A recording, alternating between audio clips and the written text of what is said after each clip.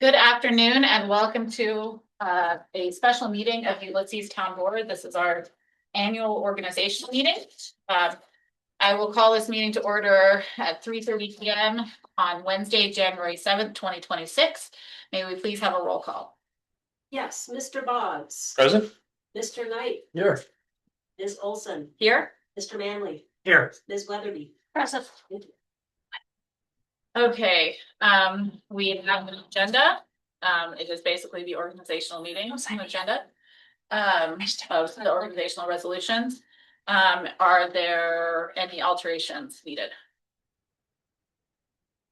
If not, I'll accept a motion to approve as presented. Move to approve as presented. Thank you. Is there a second? Thank you. All those in favor? Aye.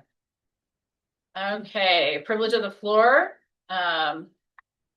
I see two wonderful staff members in the audience, but no one online or anybody else, so we can move past that and move on to the organizational business. There will be a second privilege of the floor opportunity at the end of the meeting.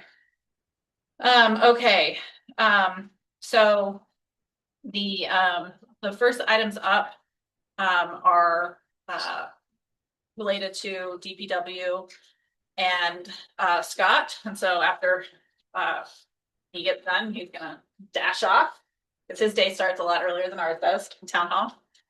So the first item up is our shared services agreement. It resolves that the Ulysses Town Board authorizes the towns, there's a double town in there, town's highway superintendent pursuant to Highway Law 284 to take such action to implement said agreements consistent with the town's highway needs and availability. And the supervisor pursuant to Highway Law 283 to enter into agreements for shared services and equipment with other municipalities and authorize within existing budget constraints the main sufficient liability coverage to protect the town in such joint efforts. Would you mind just explaining to our new board members what you use this for?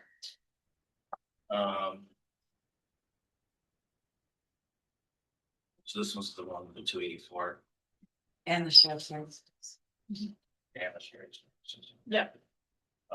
Well, the shared services is something that we have a contract with other townships or the county or the state.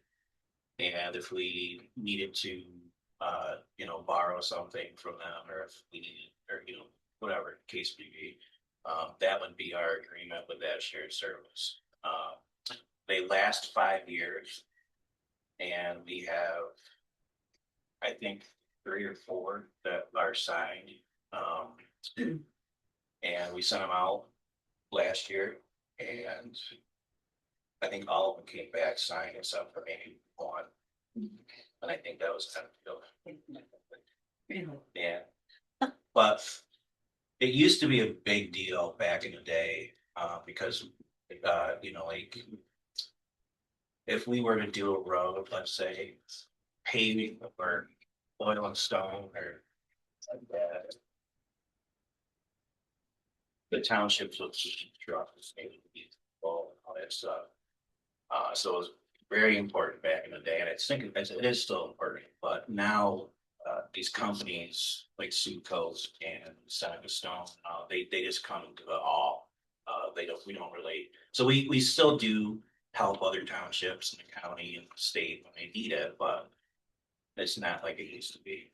It used to be like a lot. Now it's maybe once or twice the whole summer, so that's what the shared service is about. And it basically, like, what you want to do is you want to match if they decided they want to use our loader, if they need it or whatever. I would try to match that so that it would even out for money wise. But like I said, we don't really set it anymore. And then the 284 agreement is the one that's Next vote. yeah, that's the one that's been circling around. I'm not sure where it's Right here. okay. And that's just an agreement with the board and our department of how we're going to spend the money that are out of those 2 accounts. And that can be redone as many times throughout the year because the state kind of wants you to do this now. the 284 agreement. But the issue is, we don't really know. I mean, we kind of know how our roads are, don't get me wrong. But, you know, I can put down there, we're gonna do Gorge Road, let's say, or whatever, and throughout the winter, another road gets really beat up pretty bad. So I would probably change that, you know, so you will see this again, probably in May. And that's the other thing, like the state budget, some of this money, the bottom number, the 485,000, that's CHIPS money from the state. So, I have this much money because I've, you know, what do you call it? Carried it over. Yeah, I carried over, yes, I carried over for this a long, up like 2 or 3 years now.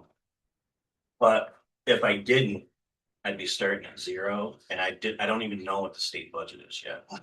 So this is something that we have to do by law at the 1st of January for the organizational meeting, but it's gonna come back But it's functionally useful. Yeah. So, pretty much. um, That's the history of that. any questions for Scott on those? These are the first two resolutions, so, well, it's number, -2 and -3, so it covers those two. Is the shared plowing agreement with the county fit within this, or is that different? That was a different contract, which we're not contracted. Yeah, we have no shared plowing anymore. Yeah. The fourth, and then we'll do is then we typically bundle these items under a single vote unless somebody wants to pull them out. Sole source repair of vendors for highway equipment. So the town is governed under procurement regulations.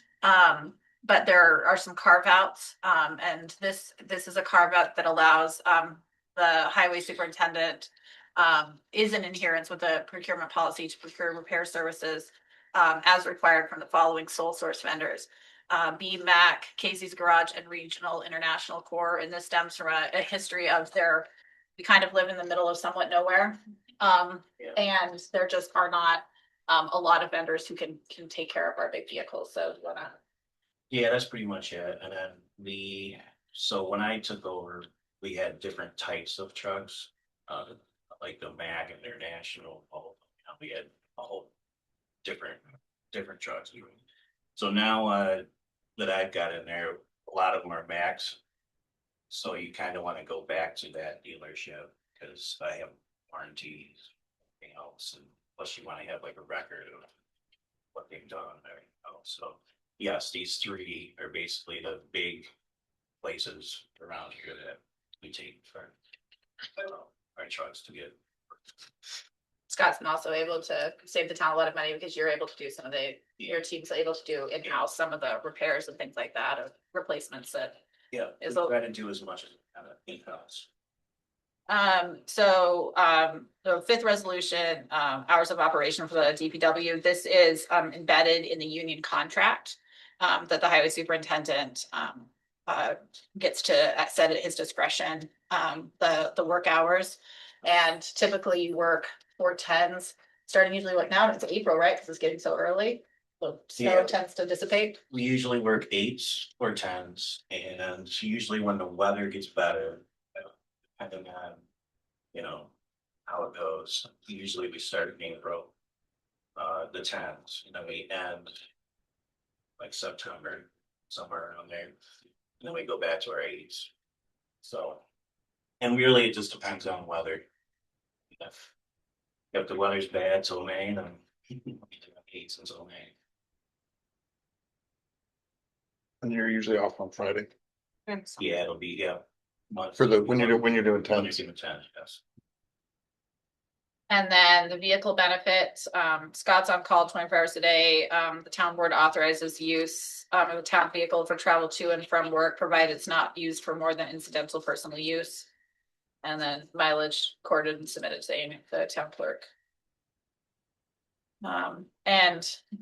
Mileage is something we're tracking as part, just in general, of vehicles, hours of operation as part of our it's a capital equipment plan, Yes. asset database. So those are the things related to Scott's work. Does anybody have any questions money question a little bit. You mentioned the 485A was carried over, and I'm sort of curious if that's a forever carryover, like it's built up Yeah. over years, or it has to be spent down over 5, 10, or? No, I think. They've never said it. Okay, And every year you spend. money. Yeah, it's a good idea to spend it all.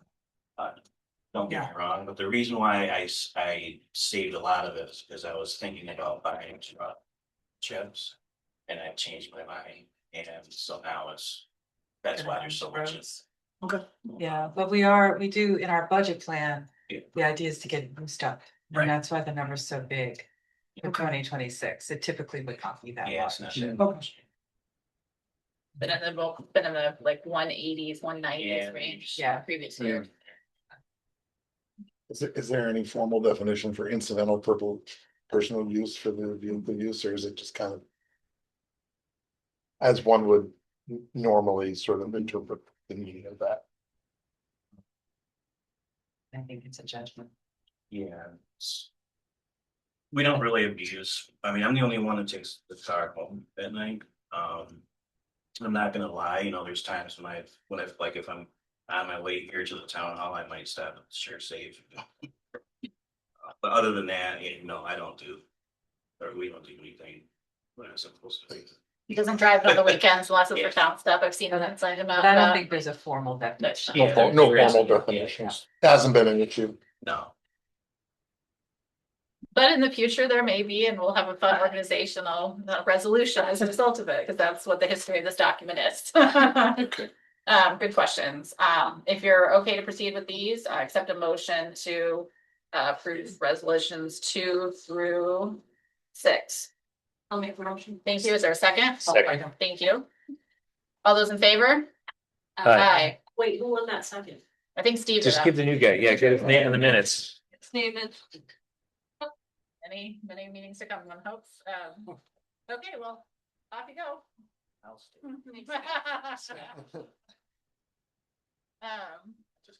Exactly, but you did say, never mind. So the dates of meetings, our regular meetings are the second and fourth Tuesday of each month at 7 p.m. The first one, if we choose to cancel a meeting, we'll do it by official board cancellation. There are a few months a year that are typically canceled historically.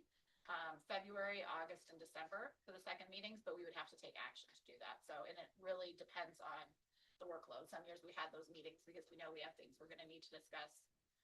Other times, those are more standard ones to especially August, because that's right before budget season, and everybody could use a breather before that. Media, we are limited in what newspaper publishes that meets New York State standards. So we were kind of stuck with Ithaca Journal. Yes, it's a monopoly. They have a monopoly on what we're allowed to use.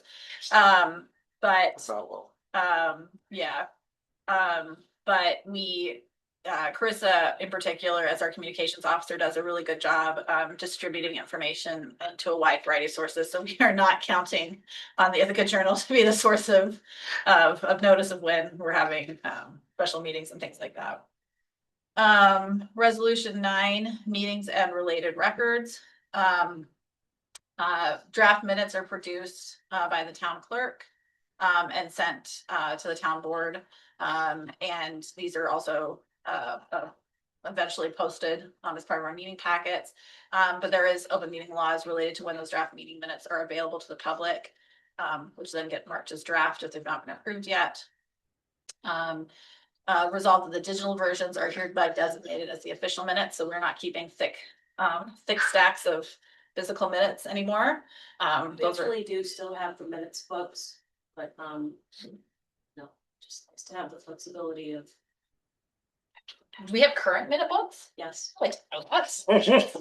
I've been here 6 years and that you learn something new every day. they're not real high demand in this. I've never demanded them, so it's a good indicator. And then video recordings of meetings are posted online in an effort to expand public access to meetings. And this is also in accordance with open meetings law. It's not required, but we post on since 2022, we've been posting on YouTube. The town has a page. Any questions so far? Uh, Resolution 10, we designate Carissa as the records management officer.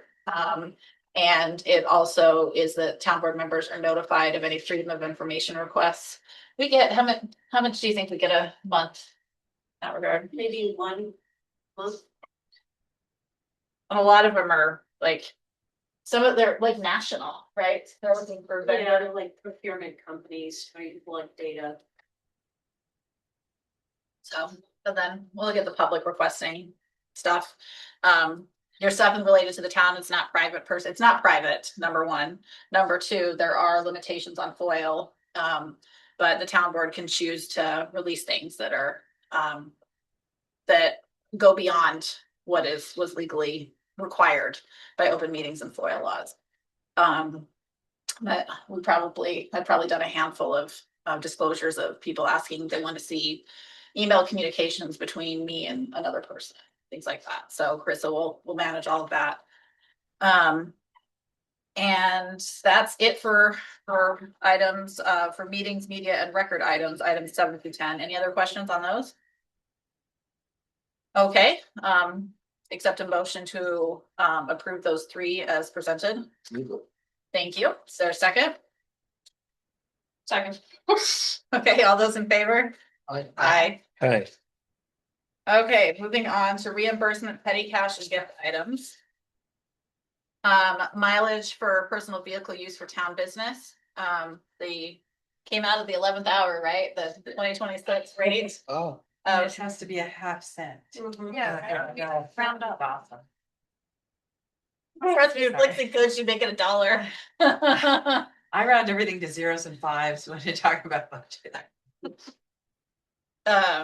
So that's the rate, for town officials, employees to use their personal vehicles for town business. I'll be frank that this is almost, when's the last time you did a mileage reimbursement? That's what I used to, but now I actually are the Tompkins County Public Information Advisory Board, which I'm on, is going to start meeting in person. So you might see some mileage. Yeah, occasionally if someone goes to a conference in their own vehicle, then I might see a mileage reimbursement request, but it's not very often. is there a town vehicle other than highway vehicles? Yes, so there's a town, a RAV4 that the code officer primarily uses. We've used it, other people have used it, for other conferences and things like that. Sometimes, if it's outside of not gonna be, needed on a daily basis by the code officer. And then we have, grant money and we'll be purchasing, hopefully, in 2026, a 7-passenger EV vehicle that Teresa's managing that incredibly convoluted process. And the hope is to eventually have a vehicle for youth services. But I'm not bringing that to you today, but it's on my bucket list. If we could do it, but yeah, that's the one vehicle we have. And then when the RAV4 ceases to be used for town hall, it's going to replace a vehicle. The highway department will effectively buy it out of one of their funds and compensate the A fund for that. So that's a scheduled relocation. And it'll become the water vehicle, right? And cell phone reimbursement. We provide cell phone reimbursement of $40 a month to code and zoning officer, highway superintendent, deputy highway superintendent. And those are the 3 positions that get it. And this was largely done because these folks need to be on duty. They need to be able to accept emergency calls 24 hours a day, 7 days a week, year round. And it's actually cheaper for the town to do this than to buy and maintain separate cell phones.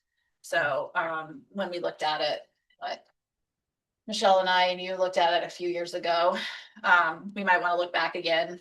The other thing is people don't tend to like carry multiple cell phones. So there's other, there's also something to be said about that. Petty cash, is item 13. The town clerk tax collector's petty cash is $300. And the court clerk's is $150. The town has to accept my, cash payments. So it's important that we have change for people. And I don't think this number has been changed in my time in the town. It seems right. That's not gifts from towns to other parties. Be it resolved that in accordance with New York State constitutional prohibition against gifts by municipalities, as described in Article 3, Section 1, the town of Ulysses will not give donations or other gifts of recognition for service, retirement, annual appreciation, or otherwise to any organizations, volunteers, or other individuals in the employment of the town, or otherwise providing service to the town or the community. The town may, however, hold recognition events, issue proclamations and appreciations, and provide refreshments. So we don't give gifts, but we did print out certificates at our last meeting. Very, not an expense to the taxpayer, more than the actual printing. So those are those items. That's items 11 through 14. Does anybody have any questions on those? Okay, I'll accept a motion to approve as presented. Make a motion. Did already tired of moving and seconding. Got it. Is there a second? So share. That's very generous. All those in favor? Yeah, Aye. Aye. Okay. Moving on, insurance items. It's a So, little more. yeah, so we went through, what year did we go through insurance? It's 2022? We go 2022 or 2023? 2023 is probably the year it changed. We did a big search for, we got a new broker, we got new coverage. We went through a whole process to, go through, get quotes and all of that. That's for our general liability. Yes, Right. yeah. There's just Oh. a lot of policies Yeah. here.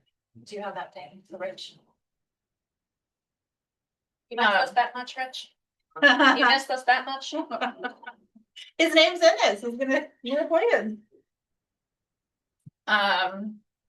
So, yeah, so this is, oh, you're right, that's for general liability. Which is on the Yeah, it list. is, Yeah. using casualty. But it's, there's a lot of other stuff. Is there anything else you wanna note? Not really, other than, the town participates in the health consortium that all the local municipalities do. And, we did also do a thorough evaluation of our health insurance offerings since I've been here. And, switched away from the high deductible plan to the platinum plan, which is what we offer our employees. So, the cost to the town is about the same. And the benefits to the employees were better, so we made that change. And that also had to be negotiated with the union, so any kind of benefits. But, so in addition to doing a comprehensive RFP for general liability and cyber liability insurance, we also did evaluation of health coverage in recent years. Yeah. So, Cyber and data security was a new thing that was added. yeah, in the last couple of years. Yeah. Yeah. And that's because we got some estimates that an insurance or that a data breach could cost the town taxpayer about $500,000. And so therefore we decided that did not sound like a great choice, given the breaches that Was that a are, result of that DOS audit?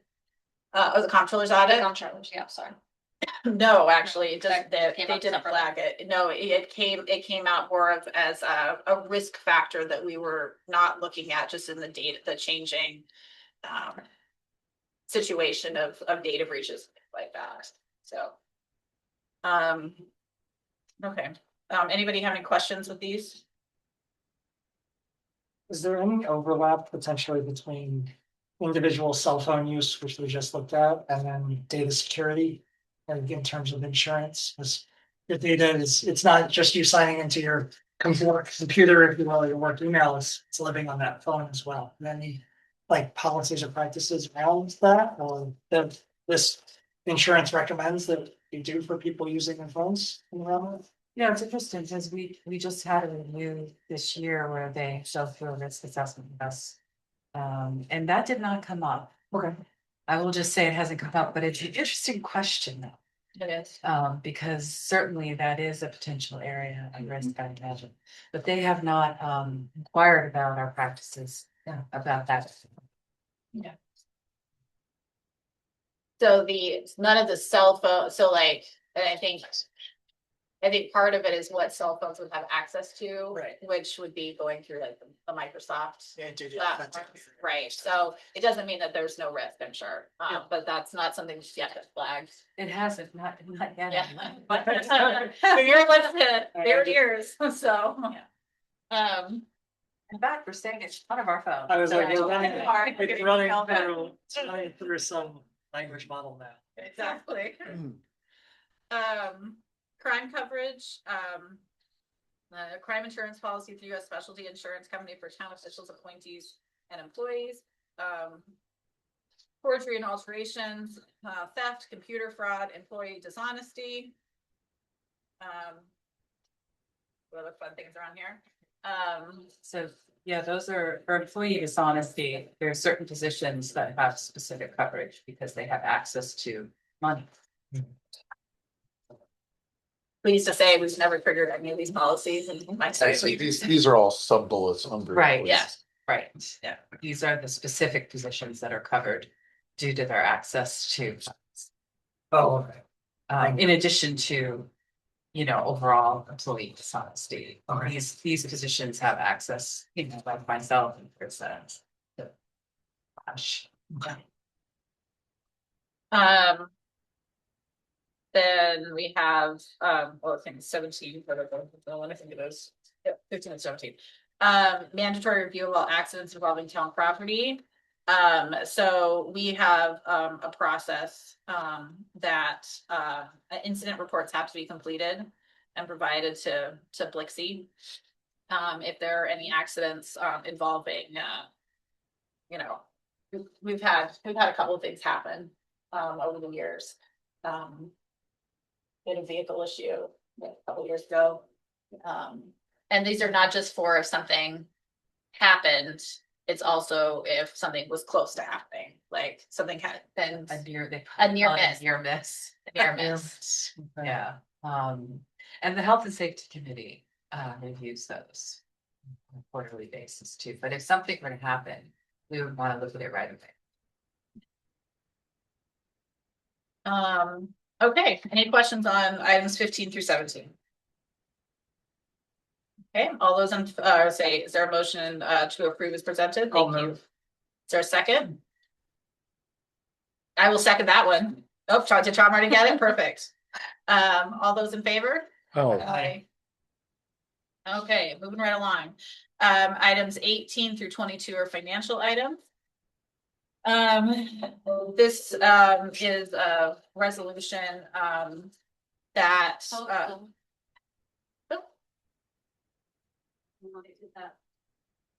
you still recording? Interesting issue that. Yeah, it's Still recording. record. Cool, still here. So the basically based on our classification as a town, and that's based on population because we're under 5,000. The annual financial report must be presented to the town clerk within 30 days into the fiscal year. And in lieu of a financial report, the supervisor is hereby required and authorized to submit an annual financial report to the state comptroller and the town clerk within 60 days after the close of the fiscal year. And further resolved that the town clerk can cause a summary thereof to be published in accordance with the law. Further resolved that if the state comptroller approves a 60-day extension of the AFR, the supervisor's time for filing a copy of the AFR with the town clerk is also extended. And so Blixie prepares this annual report every year. And I usually like to have the audit Joseph done before I finalize that, so that if there is an issue that I did not uncover myself, that it gets corrected before it gets submitted, so. And you'll see, when we get to 23, which is not in this group, we'll talk about the financial audit of the town. So item 19, the town is to follow the 2013 recommendations of auditor and Sarah to have the supervisor of bookkeeper review the reconciliation of the town clerk's bank statements and the town clerk's, office review the reconciliation of the supervisor's bank statements to safeguard the town's finances. This is done at least quarterly and reported to the town board. So We do it monthly. we do it monthly. So it's basically Krista gets to see a copy of our work and we get to see a copy of her work. And then all of that's part of the financial reports. Distilled. So I get to see, like, I signed Chris's report today and it had like dog fees. Like, so many people pay their dog fees. And I actually Marriage service. review versus bank reconciliations at the end of each month for her clerk's account. And then she reviews the bank reconciliation. I just get counted. So there's that check and balance.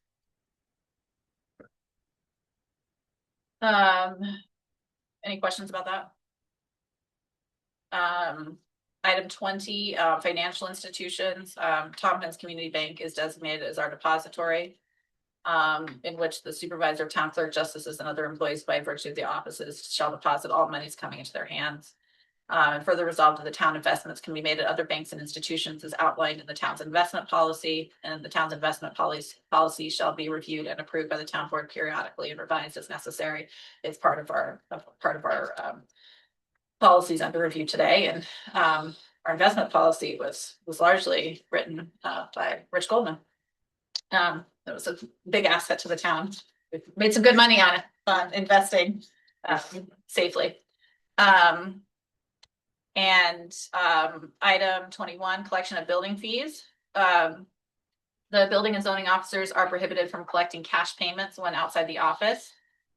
So this is a resolve that the town clerk's office will process fees associated with building planning and zoning applications. And so this is just to help limit cash that's going anyplace else other than the clerk's office. And by keeping it in one location, it's the safest way to. That's pretty much standard practice in all small governments. The money gets funneled to the clerk. Sure. Is that a change from previous, like, expectation or practice, or is this an annual, like, Yeah. updating or just stating of the practice? Yeah. Something. It was Setting up the practice. Okay, Yeah. I think it was in my first year, maybe 2020. It was either 2020 or 2021 when we put this in place. But I think that but weren't you always collecting? Wow. No, Not for building and code, they were Really? doing it themselves with the book. Oh, okay. So I wasn't here then. I would have been horrified. well, that's why at my very first organizational meeting, I flagged this one. Okay. So anyway, Got it. Good. and I'm not the one but I was introduced at my first organizational meeting. I can't remember. Never mind, doesn't matter. It was in 2020. So item 22, town bank account signatories, countersigning and mailing of checks. So this will be the signatories on townwide bank accounts, not clerk or court records or court accounts, will be me, Carissa, and Liz. Liz is coming on as my deputy. We have to have a second signatory on anything over $5,000. And so when we write that check for $531,000 for ambulance services, for instance, we need a second signatory. And Chris assigns most of it, but it's good to have another board member who can sign. Per internal security policies, any checks over 15,000 are sent via certified mail. Does anybody have any questions on these items, like 18 through 22? Yeah, could you just take a minute and explain to the new members where most of the town's money is kept for investment? Oh. Sure. So for investments, we this last year switched over to New York Class, which is actually an investment pool of New York State municipalities. And it is all high rated, basically like treasury bonds, but high rated municipal bonds. And the rate of return is pretty good, and it's also liquid. So prior to that, we were investing in individual bonds that had to be laddered with the Tompkins Financial, which was great, and they were great, but they couldn't compete with New York Class. And I think at the time, the finance committee looked at that and And Rich was part of that group and decided that we just needed to move. And so we've now transitioned all of our bond holdings, individual bond holdings, to this New York class, which is again an investment pool. It's really hard to compete with that, right, for anyone else, because it's such a large amount of money that's being invested. So we get the benefit of that. So, And it's all, it's all funds that comply with New York State general municipal law in terms of the types of investments governments are allowed to do. So, And when you say compete, I'm thinking in two ways, so I just want to make sure I'm following. Compete both in terms of investment returns, so ROI, Right. but also in terms of process, right? Because Well, the laddering versus keeping. liquid yeah, has I a would say you're benefits to- correct, okay. although the real push, the real factor in making the change was the returns. Sure. But for me personally, I like the fact that it's important. So it helps me personally, but the investment returns were better, consistently better. Do you have an estimate offhand of the percentage difference? I feel like when I did that evaluation last year, it was probably at least a half a percent, 5 points, basis points different. So That adds up. yeah, because the investment brokers charge fees too. Mhm. So when you factor in that Yeah. on top of the interest rates that you're Yeah. getting for individual bonds that have to be picked and laddered, Yeah. um, No, that. this is definitely more efficient. Yep. Which to make sure I'm not lying. He's not grimacing over there. But yeah, so, and it is much easier for me to manage cash flow, Sure, so. thank you. And then one quick thing, if you explain to them that we have to use a bank, not a credit union. You can't just go to like Visions or something. Yeah. So we're yeah. legally bound by that as well. Is that state law? It is state Yeah. law, Okay. Yeah. although I know that credit unions are trying to get that I'm changed. sure they would like to. Uh-huh. Yeah, there's a lot of little subtle things that, But yeah, parent. so Yeah. general municipal law requires, well, there's a couple of things. One is that you have to put your money where there is FDIC insurance, which is what Okay. credit unions don't have, right? Because they're insured by the NCUA, which is different. So and then you also have to collateralize or have securities set aside in your name Mhm. for any funds on deposit in excess of FDIC insurance. So that no matter what, if the bank went under, you would not lose any money. Mhm. With New York class, the investments are their own collateral because they're in our name. And so you don't have to have, oh, wait a minute, I'm wrong about that. They issue us collateral statements. No, they collateralize everything because it's all, with Tompkins, the individual bonds were in our name, so we didn't have to have another security set aside. It was already in our name. With New York class, they also have to have collateral that secures our investments Okay. because there's not FDIC coverage. Yeah. So the bank also has to do that, and we have a collateral Right. agreement with a third party. Mhm. And they send me statements almost every day for crying out loud of what they're holding for us. So, I want you to know every day. oh my God, once a Any month would change? be okay.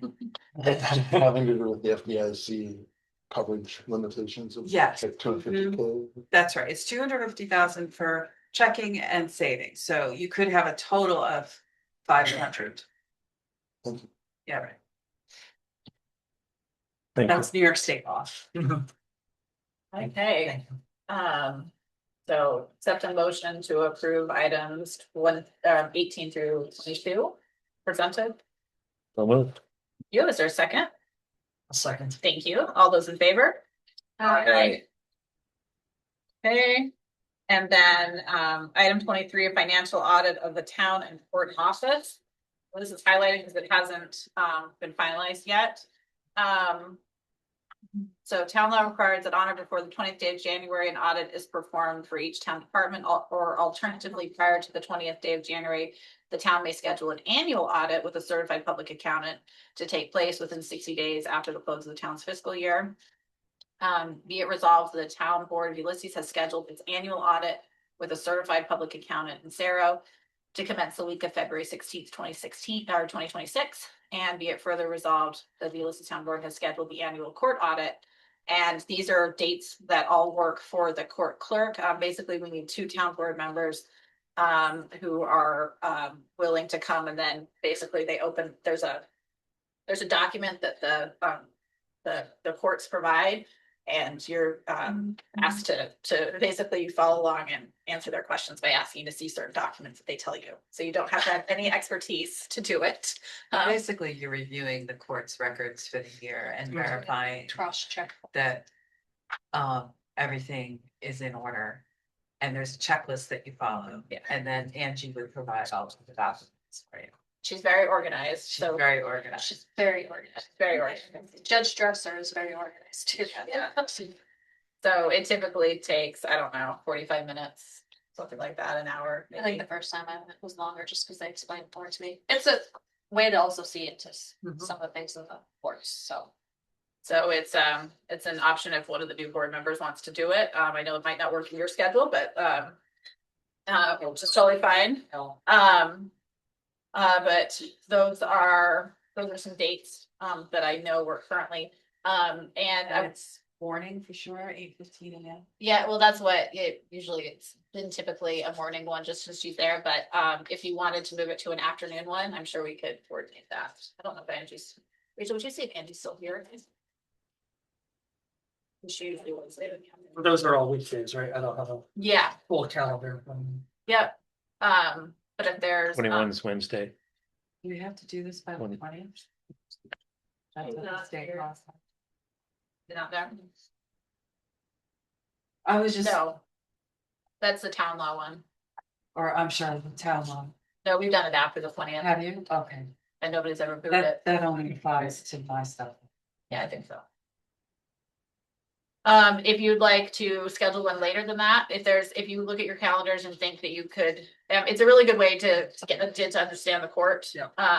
So if you are available and you could find an afternoon that works, I can coordinate it with Angie and we could pick a date today, and if it doesn't work, we could alter it at the meeting. So if Tom, or if you're interested, it's not a heavy lift, and it's also a good introduction to the town, but if not, I'm happy to do it with somebody. Yeah, I'm interested, but I'm unavailable for extra time during 8 to 4:30 until like this school year calendar ends Sure. June 30, and then I'll have more time. Understood. Reset my hours available, so. Sounds good. Tom, what about you? Do you have any availability? Sure. Do you want to pick, if 8:15 works for you, I can Yep. do it on one of those dates with you, Uh, or if somebody else wants to do it. do we need to decide on the date today, right We now? would need to start on the date. Okay, just gonna check my. Actually, I can't do the 21st, so if someone else can do the 21st, I can't. I can do the 22nd or 29th. Or someone else can do it. It doesn't need to be me. At 8:15, you said it takes about 45 minutes. I think so, yeah. I mean, you could spend a lot of time. I have flexibility on each of those dates. Okay, do you wanna do it 29th? At 8:15? Yes. Perfect.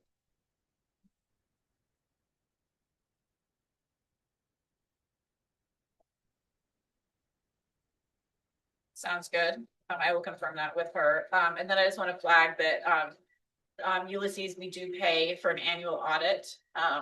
And not every community does. It's expensive. It's gonna be $2,000, something like that this year. It's not an insignificant one, but former auditor, can you explain why this is a really smart thing to do? Well, it's a required thing to do if you get enough federal funding, which may very well happen for the town of Ulysses. But if you don't have an annual audit, at a point when you might need an audit, then you're basically doing 2 years at once, and it's very expensive, and it's a lot of recreating stuff. Because the auditors have to do a comparative look at the beginning and the end. And when you have gaps in having the audit performed, you can get really behind and then find that you're scrambling to keep up with, also with new accounting pronouncements and requirements, because the auditors are really pretty good at keeping us informed and making sure that we're maintaining control procedures like we should. And when I first came to Ulysses to work, there had been a gap in the audit being performed. And the first year that the audit occurred when I was here was very painful. That's all I can say, and a lot more expensive. So, and we are going to need what we call a single audit, I believe, soon. If we have more than $1 million of spending in federal money, and then that's mandated. So, better to keep up with these good practices every year, and it's a good thing to do. Two of the towns I work for do that, Ulysses and Newfield. One of them does not because they felt they couldn't afford it.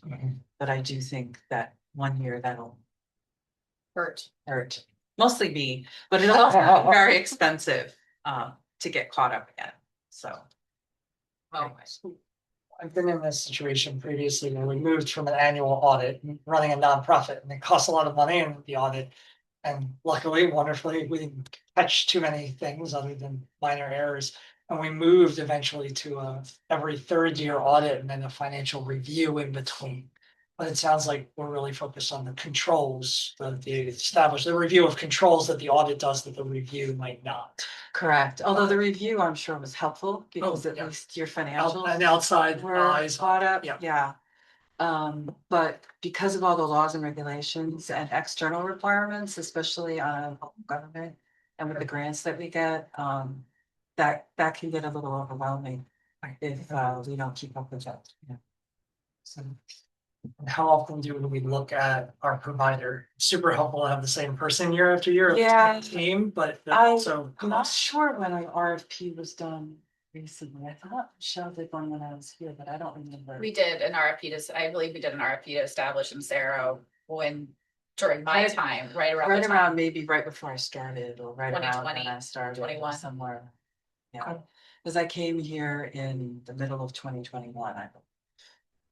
2022, gosh, it's a blur now, but yeah, and so usually, every 5 years is probably good practice. But every 5 years is a lot It's a lot. for an auditor, so I would say at least every 10 years would be something that we should do. But it's Reissue the RFP, you mean? yes, Yeah. yeah, it's a painful change, just like the insurance was big, was hard. It's a lot of work, yeah. And Sarah also is pretty, my other job now, use in Sarah as well, so they must have a. They have a lot of, there are a couple of other, Yes. there are a couple of other regional firms that do this kind of work, but there aren't that many. Yeah. Right. And then if you go to a national firm, you can't afford it. Exactly. So, but it's, it's worth looking around from time to time. I appreciate the info. The Three Falls LDC looked around for an auditor, because we had to have one to file paperwork also. And we selected Sarah simply for the reason of pricing when it came down. So this was not 2 years ago. It's not apples to apples because it's not a municipal audit. But kind of the same reason, there's not a ton available in our area. Sure, they have, they've been a good service provider so far, but being on a schedule of all different things to look and make sure you're getting the best value is worthwhile. Engineering ranks higher than that, I think, and we'll get to that, but okay, the next do we need to, sorry, is that a grouping one? Did I come to the end of the I think grouping? that was the only one. I think you did that as a solo, because yeah, let's I talk sure about did. the date. Okay, yeah. so that establishes January 29th at 8:15, and Tom and I will do it. Is there a motion to approve? Move to approve? Thank you. Is there a second? Thank you. All those in favor? Aye. Aye. Okay, this is known, item number 24 is known as the gatekeeper resolution. The backstory on this one, it predates me. It's been rewritten a couple of times. It stems from now many years ago, of a pattern of individuals applying for grants without town board approval, which that becomes problematic if you get a grant that you don't want. That can be problematic because then if you reject the grant, there's consequences for rejecting grants and that's just not a great precedent. So this resolution requires that for funding applications, grant requests above $1,000, they need to be approved by the town board. The idea being that anything that's below $1,000 is pretty inconsequential in terms of the grand health or safety of the town. It additionally requires that all applications of any amount shall be evaluated for future impact on town staff time and resources by the town supervisor and any applicable staff before being submitted to the town board for approval. And that the feedback on these matters shall be considered by the town board in their deliberation process. And this stems, this was added in 2024, and this stems from a grant can sound like a great idea. But if it's not part of our plan of what we're trying to do with the town, it can actually divert staff away from what the town is already committed to doing. So in each budget that's adopted, it really sets a lot of the agenda for the coming year. And a great grant may appear and it may totally be worth jumping on and pivoting to do because this, once in a lifetime opportunity comes along. But that should really be considered and there's no such thing as free money. All of this money that we bring in has to be used and requires staff time and all these other things. And so it was added in 24 to consider what the impact is to day-to-day operations, because we really do run the town in a way as efficient as possible for the taxpayer. So we don't have, every position is not full-time. Most positions aren't full-time outside the DPW. And so because of that, it's not insignificant to add, a lot more work that may impact Blixie's day-to-day or Teresa's day-to-day or Rachel's day-to-day, and they're all in or fixed salary structures or pay rates. So that's the rationale from there. Then it also requires that applications will be evaluated for how they advance the goals of the town. We've done a lot of forward planning in terms of capital planning. Scott and Blixie and the finance committee have all looked at schedule of replacement of vehicles and things like that. Again, new money can be great, but try to figure out where does that fit into the goals of the town overall. There are only so many projects you can add when you're not hiring additional staff or requiring consultants to come in and do the work, because you can't do it all at once. So that's those are the big things there. So unless otherwise authorized, you have to give me authority to accept grants. So sometimes for smaller grants, there might be a situation where we do a resolution where you say, okay, the town can apply for this grant, and if accepted, I'm authorized to sign the contract. That could happen for a smaller grant. But typically what happens is I'll come to you for authorization, say, hey, the consolidated funding application round is coming up in July. This is what we're proposing applying for. And you'd be like, great, you approve it. And then, hey, we get the award. And then I bring the award back and you authorize signature of that. So the town supervisor has very limited powers beyond that, which is granted by the board. And I think that's really good that we're, being very clear about making contractual commitments, that it's not done without authorization. And an important thing in your various roles you might discover is it's really important when you, in these situations, all town board members, including the supervisor, shall identify whether they're speaking by authority of the board or as an individual when talking to granting agencies. And this could be as simple as you're talking to Tompkins County and they've got a $5,000 parks grant. And you're like, oh, the town's really interested in this. And what you're doing is you just need to differentiate when you have been authorized to speak on behalf of the town versus if you're a representative of the town board on a committee or things like that, then you have more leeway on that. But for the most part, action, you can speak about actions the town board has taken, but just be mindful of that. Basically the whole idea is don't commit us all to something without checking with all of us. Any questions about that? This is one of those resolutions that resulted from trying to fix behavior, right? So, Yeah, a lot of other municipalities have similar resolutions.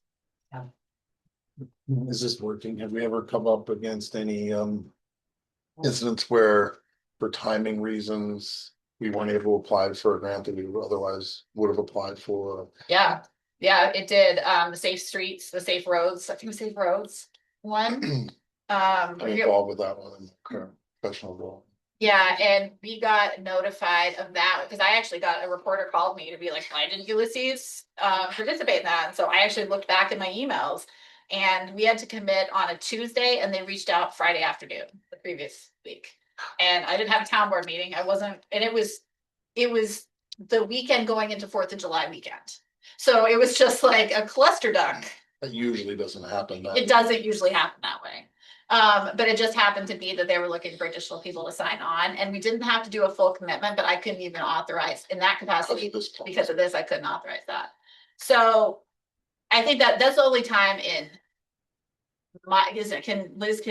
Michael, can you think of another time where I've called special meetings to get us, but there aren't a lot of crises in local government time wise, like. No, you just don't want people committing things that Yeah. the body hasn't approved. Oh, Right.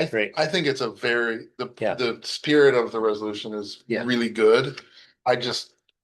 If things are working well, does this in any case become too restrictive? If the board ultimately has the authority to accept grants or not, we do have that ultimate authority. Sure. And so, I'm not gonna be proposing any changes to the resolution because it seems like it's mostly working. But might be something to keep our eyes on. If it becomes Yeah. problematic, maybe some tweaks to allow for timely response to opportunities. And I would also say, I think this is it's what's the word I'm looking for? It's there's a number of steps. I wouldn't call it onerous per se, but it's multi-layered. I would want us as a body to be encouraging staff and everyone to be looking for those kind of opportunities. So maybe a counterpoint just verbally to say Yeah, let's be looking for those opportunities and we can figure out the administrative steps to make sure we can take them. yeah, and I mean, I think Carissa's really good on, I think you signed up for every newsletter that might exist. Maybe not everyone, but she passes out a lot of information, which is really helpful of opportunities. I would say that my collective frustration as a small local government is that it's less that we're getting these last minute announcements and if only we could have gotten approval, we would have done it. It's more that you've got 6 weeks to turn around a massive proposal. Yeah. And that's from when public announcement comes. And for small Well, thank local. you, New York State, right? I mean, it's usually, that's where it's coming from. Yeah. Well, yeah, The the CFA, but we can look at last year's CFA now. CFA actually is not my beef because we plan ahead for But CFA. our parks and playgrounds grants came out today and they're due February. Yep. Right? There was a, I found that out because I'm working on one of the other municipality and we were thinking it might come out, we might be in this March, April timeframe as it was last year, and it just got announced today. and it's due in Yeah. February. It's due in a month from now. Michelle and I flipped around a FEMA one and it was gonna help pay for some of our IT expenses. And it was like, you had 6 weeks to turn it around which sounds like it's time, but it's not if you have to get Well, and any if you outside have to have a support. shuttle project. Right. It's So- very challenging. I think that's the bigger one. We started working on our CFA, I already have identified them, hopefully what we're gonna do for the CFA round, if that money's available, and we usually have a couple projects lined up for potential inclusion. So that one's less problematic and we rely on consultants to help us get those going, but you're absolutely right. I mean, I think, and that's where I actually was gonna make tweaks to this to raise the threshold. And I was gonna bring you up to $6,000 because I've got procurement powers up to 6,000 with board notification. And I didn't because I started getting into it and it just got a little bit more cumbersome. So, I mean, we can, if we want to think about this later in the year, we can amend this. It's not fixed in stone. It's an internal policy, not a law. So And we don't have to wait till next year. No. If we want to make some modification. Yeah. We can do it anytime following the year. I appreciate Tom pointing that out, and I had similar thoughts, and I also have the same, it's a resolution in tension with itself, right? Like sharing and making sure that this body knows and approves in the process, but then creating a process that could leaning onerous, but maybe not. So I think it's a good note that there's an inherent tension, There but I think the intention of the resolution is positive. Okay, any more thoughts on this one? If not, we can move to approve. Move for approve as presented. Thank you. Is there a second? Second. All those in favor? Aye. Okay. Resolution items 25 and 26, town board access to professional services. So we have ongoing legal services. And we also have ongoing engineering services. And this stipulates that town board has access as needed to our attorney and to our engineers. If you're gonna require more than 2 hours of attorney time on a topic, it either needs to be routed through me or authorized by the entire town board. This is not an issue that I have not to date had an issue with town board members abusing legal, and it's not that we're trying to prevent services from being used, but these are the most expensive services we pay for. I have been a part of other boards where members would really drive up a legal cost because they want to have a direct conversation ongoing with the organization's attorney. And so again, I get you contact information, no problem if you have access. But that's kind of just a guardrail. Those are in place, yeah. Is it 2 hours per issue or 2 hours per month or 2 hours per annual or? So the way I would say is it's probably 2 hours per issue. I don't, again, this is literally in my time has never been an issue. But like if you want to really sit down and talk with the engineers about the Curry Road Bridge, if it's going to cost more than 2 hours courtesy, this is the kind of thing where if you want to make it stricter or more nuanced, we can. There's some flexibility in there. I mean, conceivably, someone could really drive up the bill right now, even with this and the reading of it. But again, it does not seem to be an issue that has ever been an issue in my 6 years. So if you want to change something. I think it's important to know that the town attorney represents the town board. He does not represent any of us individually. So he is representing the town and specifically the town board. That's who I talk to him. I have weekly calls with him, but he represents the town. Any questions on these or any more questions? Okay, then I will move these throw in a motion there. I move to accept resolutions 25 and 26 as presented. Is there a second? Tom, thank you very much. All those in favor? Aye. Okay. Blixie time. Just our payroll schedule for the year. My reminding board members that you get paid monthly.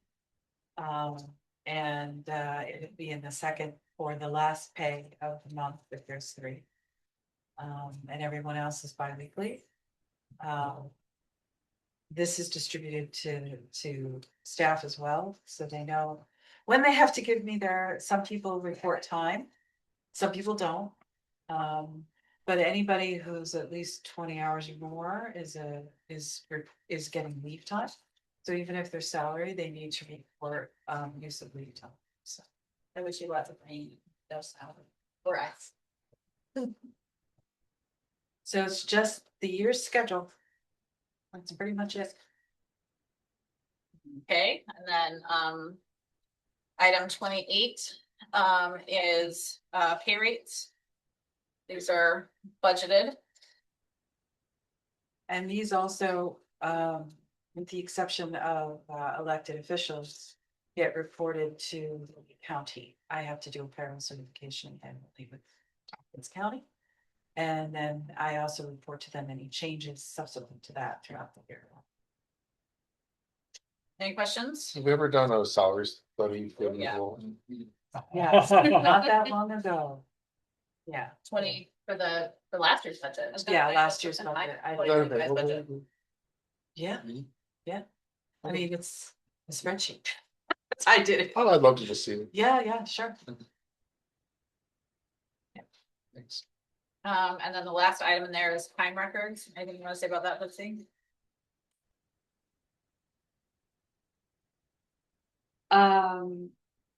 Not really. I think I kind of alluded to it when I was looking at the payroll schedule that, you know, this is just the information about what people have to get to me so that they can get paid effectively and who has to authorize it. So basically, the clerk's office, Carissa takes care of her office, Scott takes care of the DPW. And I take care of everybody else except for the recreation department employees, of which is the largest share of people working for the town in the summer. It's all the camp employees and things like that. So they report to Will. I mean, I guess I could get tapped in. Yeah, and there's, as you look at the chart underneath the resolution, there is one correction there, which is actually on page 13. Because I overlooked the fact that our Oh, yeah. administrative assistant for code planning, zoning, highway, water is actually reporting to The deputy. Teresa, the second deputy. Yeah. And in the previous iteration of that position, it was a dual reporting and we felt that a centralized reporting was easier. So, not that they're not accountable to those other folks. The supervisor of record.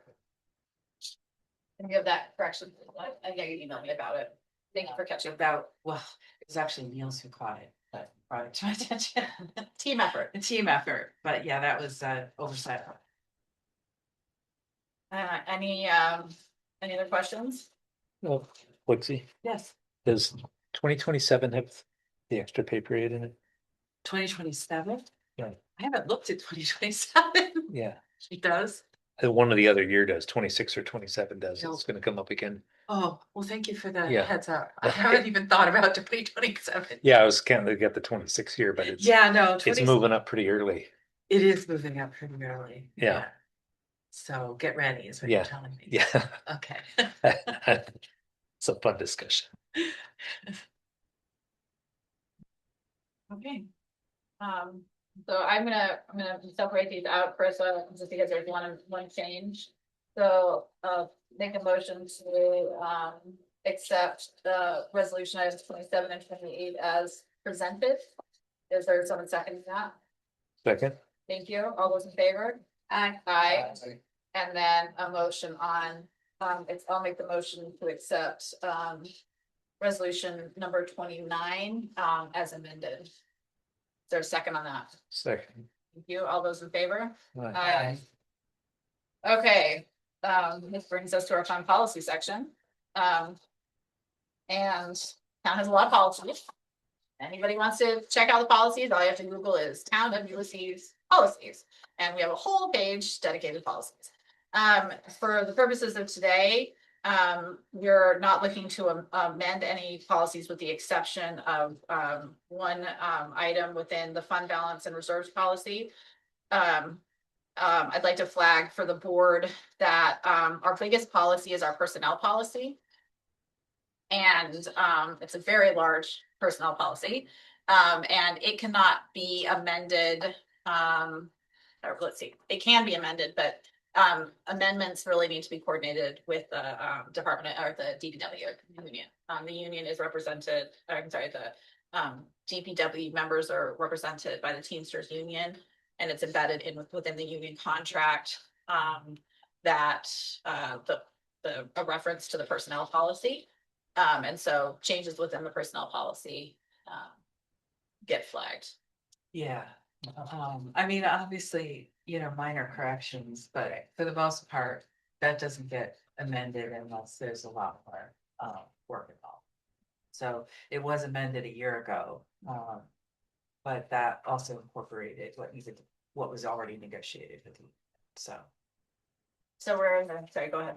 Does that type of amendment should it be deemed necessary and made, end up like manifesting in an MOA? It uh, could. Yes. With, okay, Yes, yeah. So if the board really wanted to amend, say, a leave policy or something that affected those personnel, we would have to go through some kind of negotiation or memorandum of understanding. with We actually the did that when we went from the gold plan to the platinum Wow, plan. right. It was mid-contract, but it was very, supported It- by the union members, so we had an They weren't MOA. losing it. They weren't losing a benefit. okay. It's when you start, changing Yep. reimbursement rates or whatever. But I know, like, for example, in our last contract, we added a half a day of holiday time on a holiday. And then it got incorporated into the policy, so it's effective for everyone, not just the union. Oh, So that also can happen too, where the union, we go through negotiations and then it also changes personnel Hmm. policy. Because we generally extend what we're doing for union employees to. okay. We are in the middle of this is the start of year 2 of a 3-year union contract. So, yes, but I think both of our new board members have seen how elaborate our personnel policy is. Thank you for walking. Very, very much. Thank you. Hopefully not traumatized. Lacey does a good job. Have we What really not updated our local comprehensive emergency management plan since 1983? True. Is that something we should look at sometimes? Well, part of it is, we're subject to a lot of the county's policy. Okay. So we just defer. So our policies say that we follow their policies. But Oh, your, you're referring to? local comprehensive emergency management plan, emergency preparedness. Just, that the stands. Bottom of 14. Yeah. Yeah, that one stands out. But that makes sense that we, Yeah. if it's all deferring to something that in the county regularly updates their plan, right? Safety committee could look at that. That's not we could flag that for safety committee. I don't know. Names changed or anything. Probably not a bad idea to look at it. There's been several attempts, it's just kind of a. I don't know if I've ever seen it. Well. You wanna add that to the safety here? Incoming chair, we get that. Get that, probably not a bad idea to look at least to write off that this is not something, this may or may not be something you want to tackle. Lacey, would you mind going over the fund balance and Sure. reserve policy? And everybody has this because it's the only one that we're amending this time. This was reviewed in the fall by the board, but if you look at the first page is just a resolution, but the second page of the document we have is a brief description of what the policy is. It basically identifies what the accounting requirements are for accounting for fund balances, whether they're restricted or committed or assigned, and these are all New York State definitions. So we don't really have a choice about these things. Would you mind? Because this was something that was new to me, that was not in the nonprofit world. Would you explain what fund balances are? Okay. So you have, So it's the money left over after your revenues and expenses. and it's not dedicated in reserve. It's not a dedicated earmark Well, reserve. No, if you want to talk about fund balance in general, that's what it is. Then there are elements of fund balance that are set aside as reserves that are board approved. To me, that's all part of fund balance. So you have restricted, committed, assigned, unassigned. And then there are actual reserves that the board establishes that might be used for particular purposes. And that's all in your what else? I'm trying to find a great way to explain this because the state's definitions for restricted, for example, Mhm. the board can't restrict funds. Only an outside entity can Okay. restrict funds, right? So if you have a legal restriction or a grant restriction or something like that, let's say you got a community development block grant. And you had funds, program income or funds left over from that, those are legally restricted to be used for a particular purpose unless the government decides to say. You're done, you know, you can use it for whatever you want, but, Or give it back. or give it back, give it back, right? yeah. More So likely. those are restricted funds, or a Okay. donor So gives they you can set the something restriction. and says, you can only use it for this thing, right? And that's not dissimilar to a nonprofit. No. Committed fund balance, is really what you're talking about when you're thinking about, reserves.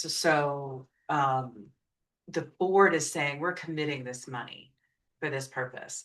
And the state has a whole, again, the New York State has definitions of what you're allowed to do Okay. by fund, what you have to do to establish it, because some reserves have to be established by public, you have to have a public hearing. Okay. Some reserves require permissive referendum to use them, depends on what it is. Interesting. And so I don't want to go into great detail because I probably won't get it right.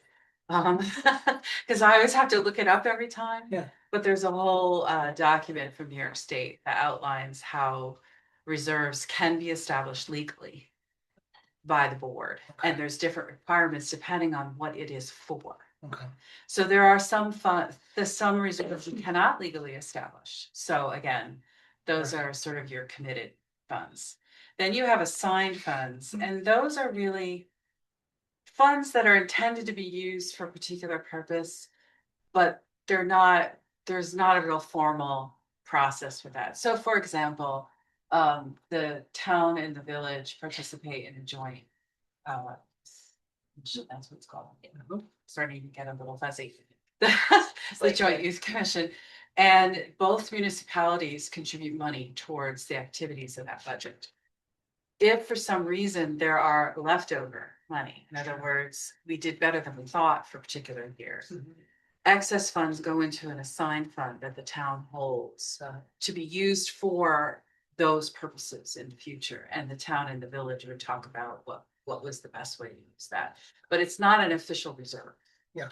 So I keep track of those all separately and I report on those also. So, and then you have your unassigned fund balances. Oh, let me also say that most funds are considered, all their fund balances considered assigned except A. So for example, B fund, which is where we do our, this is the town outside of the village. So it's this, is that, Assigned, right? So outside the A fund, Okay. this is in the narrative, yeah, B, DA, DB, water district funds are all considered assigned because they can't be used for any other purpose than what is intended for that fund. Does that make sense? So for the highway department, for example, you're allocating money to the highway department for highway department purposes. You can't just decide to use it for something else. You can't just say, oh, we're gonna take money from the highway department and I don't know, buy tables for the boardroom. You can't just do that. Which is unfortunate because these tables kind of. So that's, and again, this is all part of New York State right. requirements for government accounting and how this works. So your general fund, your A fund has the most flexibility in terms of reserves and it has unassigned fund balance. There's also what they call appropriated fund balances, which is referred to in the assigned fund balance. This is probably more than you ever wanted to know, I'm sorry. But appropriated fund balance is where you're taking money that is sitting there and available for use, and you're using it for the next year's budget. Okay. And that is a big topic at budget time for discussion about how much fund balance should be appropriated, how much should be left unappropriated, and making sure that we don't use up funds imprudently. But at the same time, you don't want to accumulate too many funds either, because that's also not prudent. Right. So finding that balance, and that is what is on the following page. And that kind of gets to the heart of what this change is. Where we want to look at what kind of a target of funds do you really want to have available that's not already committed or appropriated or reserved for something else. And that includes appropriated for the next year's budget. So this is unappropriated fund balance. And so what we, a couple years ago established were percentages of ranges of what would be prudent to have. And we don't really want to go over that, or not by much, or not for very long. But what was happening is in the B fund, we were going over that because we knew we had commitments for things that are outcomes of the comprehensive planning process. Or there could also be potential issues that are coming up that we know that have to do with law enforcement, about zoning and code enforcement, where there might be costs associated with that. And there's no authority to set aside funds for those things as official reserves. And so there may be time when we think it's okay to have an unappropriated fund balance that's much bigger because we know stuff's coming up. And so in our budget that we adopted for 2026, there is a large unappropriated fund balance. And it went over what the policy was. And the finance committee talked about it and said, well, let's not violate our policy. Right. Let's make our policy reflect what we're doing. And so typically we wouldn't go up as high as 75%, but right now it's pretty high because of the comprehensive planning primarily. Have a ton of things that are You coming. know, that are coming up and we know we're gonna need the money for it. So we wanted to accumulate a little funds there. And we had the opportunity to do that because we had some large building permit fees that came through that increased our revenue higher than we had anticipated. So basically you're hanging on to that. And that money can then be used for some of these larger costs, one-time items that are coming up. We also, it's also good in this particular fund. B fund's a lot smaller than A fund. So percentages, don't necessarily correlate into, they're smaller amounts of money, even at the higher percentage. Does that make sense? Like the, 85 or 75% of A fund would be a pretty sizable number. Right, 75% of B funds Is much smaller number. amount. So it's a lot more volatile in that way. But this is where we pay for like Blixie Flag, ongoing legal expenses. The town is currently in the middle of two legal enforcements on properties. And we don't know, when we put the budget together for 2026 last fall, we didn't know where the court outcomes would be because we're not going to be clear about what some of those outcomes are until this month. And that's going to say, are we on a cheap pathway of being able to just do enforcement locally? Are we on a more expensive pathway of taking it to state court and litigating? And those are kind of, we had some best guesses. So we have money set aside in the budget that's not in fund balance, but it's also good to have that money available because we want to be able to easily tap it to take the action that we anticipate might be necessary. So Yeah, and in that particular, I mean, you'll learn more as we go through the budget process this spring, but in that particular fund, the revenues that fund those activities are fees like building permits, planning fees and so forth, and sales tax. There's no property tax revenue going in there. So it's revenues that are we have a little less control over and a little harder to predict. I mean, you can, but you know, it's not like we can set, okay, we know the for revenue sure is we're going to gonna get be that, like A fund. for next year. And so in budgeting, you know, there's a lot of nuance to how those things get estimated. So having more flexibility in fund balance in that fund in particular, because of the unique nature of these one-time things that can happen, is why we wanted to amend this. And all I was gonna say was, like they said, we had the last year, last year, we had quite a substantial building permit fee. This year, we're likely gonna get it because the construction is still ongoing, but that is ultimately gonna end at some point, so. We hope for that. Yes, for everybody. But once that ends, we don't know if there's gonna be another large project that's coming out of similar amounts, so we can't bank on having that money coming in for the next couple of years, so this just kind of helps protect us. Yeah, it's more of a buffer. Back in 2021, the town was audited and they couldn't find anything financially wrong with us to audit. So that's what they did, an IT audit. And that's the public before, but if you get the comptroller's newsletter, It'll tell you where which municipalities are getting audited, and if you click through those and you find that somebody got an IT audit, it means they couldn't find a financial reason to audit them. But the comptroller wants to find something wrong with you. So they will, they can always like IT is like the low hanging fruit for municipalities. So, but during that process, I actually, I asked and, Mary Bouchard, who just rotated off the board, and who is has, is a financial professional. Both of us asked the question of the comptroller, is there a percentage you recommend for, a fund balance policy? Like a rate, like what, and they're like, we do not make any recommendations, we just want you to be, we don't actually, basically, we don't care what your percentage is, we want you to be consistent with it. So it's more of just having a plan and sticking with it, as opposed to, they want to see They'll never 25%, tell you. they'll never tell exactly, but it was. They'll worth tell asking. you, they'll tell you if you're in fiscal stress, though. They have those reports they issue. So if your fund balance is too low, you might find out about it. Question about, my understanding is that the vote will take in a few minutes, will be on updating the target range. I'm curious about the adjustments to the notes in red, and I noticed that there's additions to why we're doing the thing, but then there's a spot that was moved, annual comp plan, update savings, water, did that go somewhere else, or is that just language that was being changed onto? Okay, and that's why I'm. Yeah, that's She just can talk my, about it in there, it's in the new language, it's just kind of revised, yeah, so it's on the so top that's my left. track changes.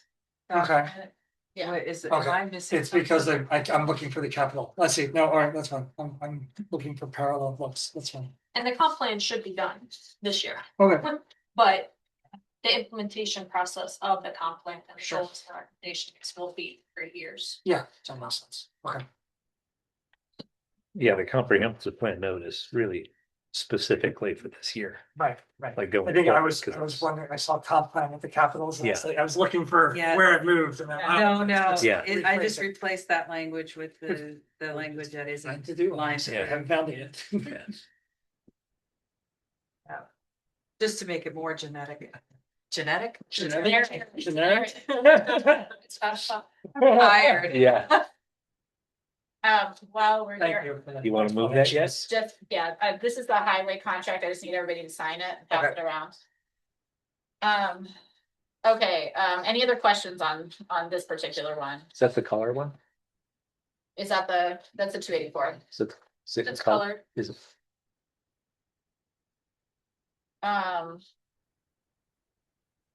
Okay, so we technically do this all at once with all the policies. So, did anybody have, I know you've got the list of policies, I know you have access to policies, did anybody have any questions about policies? Because this is our opportunity to basically affirm our policies.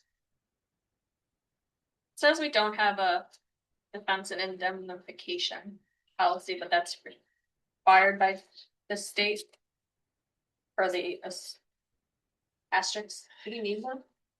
I have.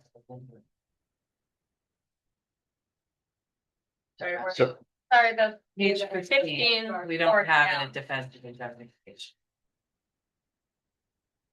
I mean, we have insurance. Right. We have attorney. I don't know what the policy is. I mean, I don't know. I'm familiar with how that. Like, right, I think it was there last year. Yeah, it was, this chart was created from a list that I think got from the Association of Towns. Okay. Policies that you're supposed to have. Yeah, okay. So we would have to look at it and see, but, Are we doing this with 30? Or is this separate? No, Do that's, we intend this to be? so we can do it all in 30, we can have the amendment included in 30. We can pull it out and do it separately, though, through How's it easier for Carissa to do this? You have this separate document that you put together, and then you have like the grouping of all policies. do you want this You- separately? Want this pulled out and done separately, or do you want it just mixed in?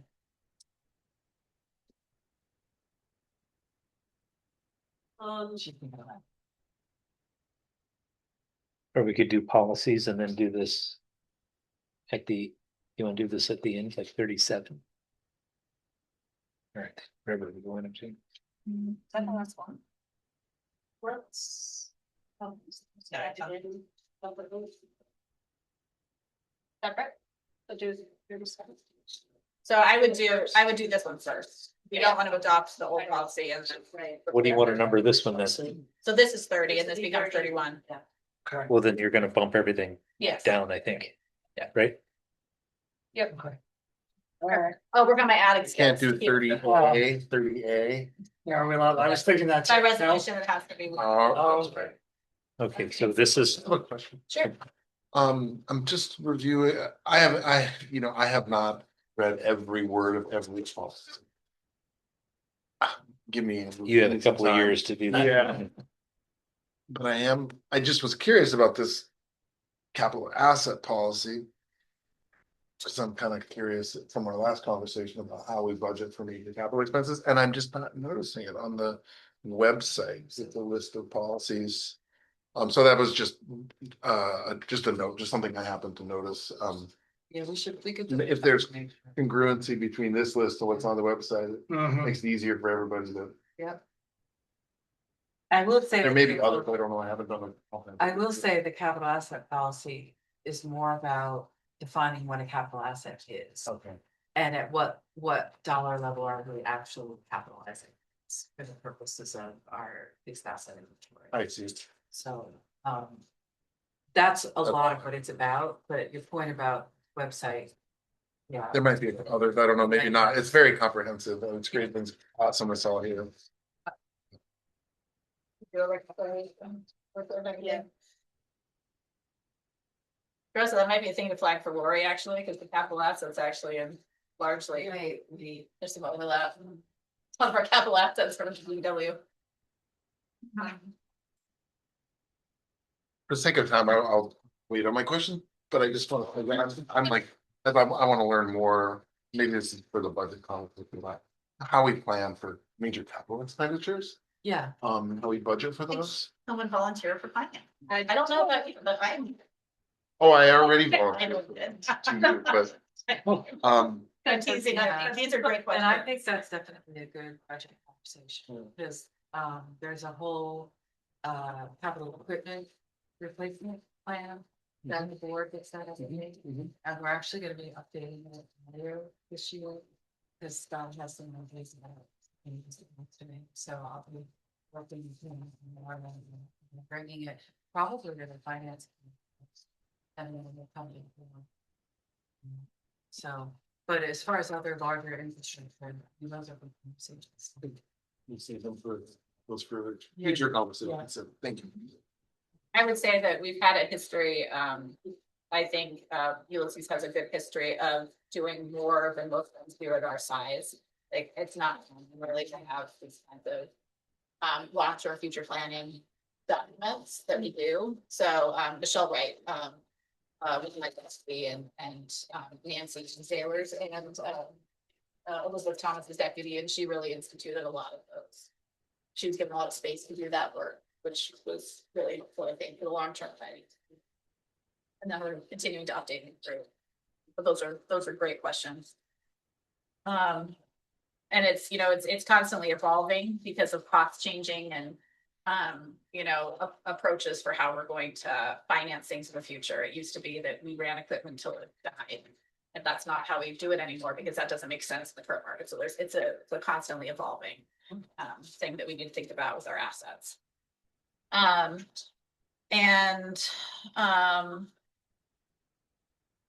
Okay, any other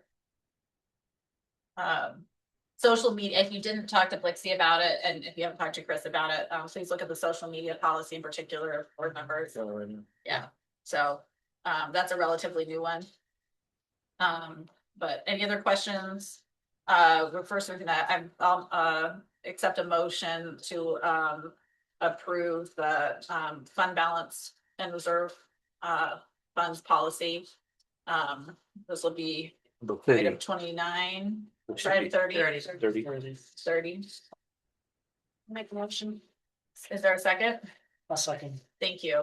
All those in favor? Aye. Okay, item 31 then is all the other policies excluding the fund balance policy, fund balance and reserve policy, which we just adopted. Someone make a motion on resolution 31? Move to approve, anyone? Make a motion to approve. Thank you, is there a second? I'm sorry, was there a second? No, Okay. I'll second. Okay, I'm just getting into my own rhythm of approving. Okay, all those in favor? Aye. Okay, item 31, 32, 32. yep, mandatory annual training. to be put the test in. Exactly. This is another, well. This is a more recent long resolution that was added. This does stem from my time. The idea behind this one is that we offer in-person training to staff and to appointed officials. In the past, we've also made it a requirement for those on the comprehensive plan steering committee. In this iteration, it's looking at just staff, elected officials, and members of the planning board and the board of zoning appeals. And that's because those are quasi judicial bodies that have independent agency in the town. Training exists for any number of reasons, not limited to wanting to have an environment where people are behaving in appropriate manners consistent with town policies, as well as protecting the town from inappropriate behavior that is not considered acceptable by the town, and being in compliance with New York State requirements on sexual harassment prevention training, which we are required to provide. Staff will take it through us. If you are on the town board, the planning board, or the board of zoning appeals, and you're getting that training, the New York State approved training through your employer already, you don't have to take it. Again, you can provide that certification. Teresa is in charge of managing training requirements, these training requirements. And so, but we also provide ethics training, and it's customized to the town. And we've had some really good conversations. It's resulted in some very good conversations in the room with officials being able to ask one of our attorneys who does the training specific questions about, if we're in this scenario, what should I be doing? Should I be recusing myself? Should I, you know what I mean? And it really does become a more nuanced conversation and learning experience, because these are kind of unique jobs. Starting last year, we separated out staff training from board and elected official training. I attend staff, Carissa attends staff, Scott attends staff, and then the rest of the town board, planning board, and board of zoning appeals attend a separate workshop. We typically do that now in the evening to best accommodate work schedules. The staff training happens during the daytime. Staff issues are very different from a board BZA member, right? We don't really have to worry about a board of zoning appeals member borrowing a piece of equipment and taking it home or using it in their day job. That's not something they have access to. But we want to make sure that's not happening with staff, for instance. The town planner is also required to oversee New York State town law, sections 267 and 271. There are state standard requirements for zoning board and planning board training fulfillment. Basically, they have to do about 4 hours of continuing education training. Some of the training they get through us can count for it, like the ethics training can. But they also, the state wants folks to stay abreast of, changes in zoning law, or even just basics of planning board and the process for being on these boards. And so Carissa will send out training opportunities. There's a lot of training opportunities available online now. Pandemic was really good for helping push out, remote training opportunities. And then you can see the chart shows which policies we have that training is required, and who's responsible for those trainings. So this resolution requires that we provide our in-person training between March 1st and June 30th.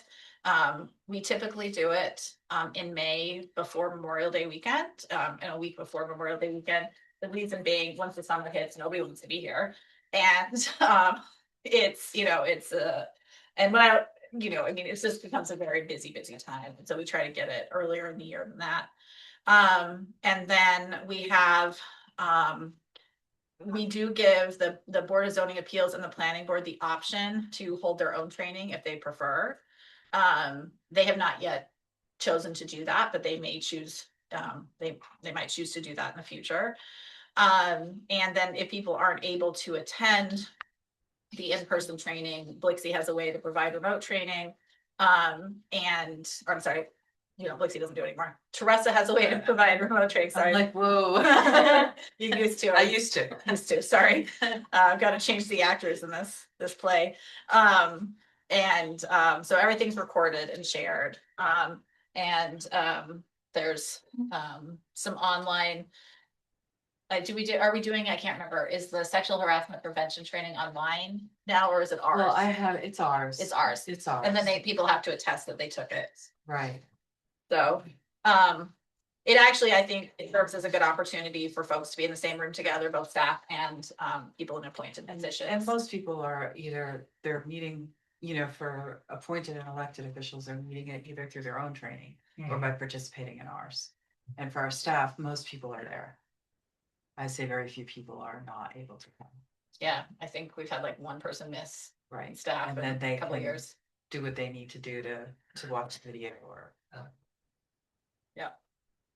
So that's kind of how we got to this. We're trying to fulfill responsibilities and also, create some conversation and shared understanding. Any questions? Okay. I move that. Thank you. Is there a second? Second. Thank you. All those in favor? Aye. All right. Okay, number 33. Yep. Now I hope you're excited because now we're getting to the real meat of picking jobs.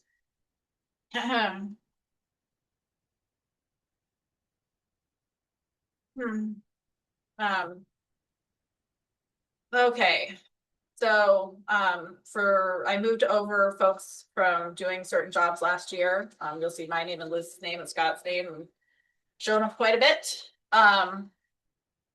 Let's run through it. Highway liaison. I've been the highway liaison since 2021, maybe even 2020.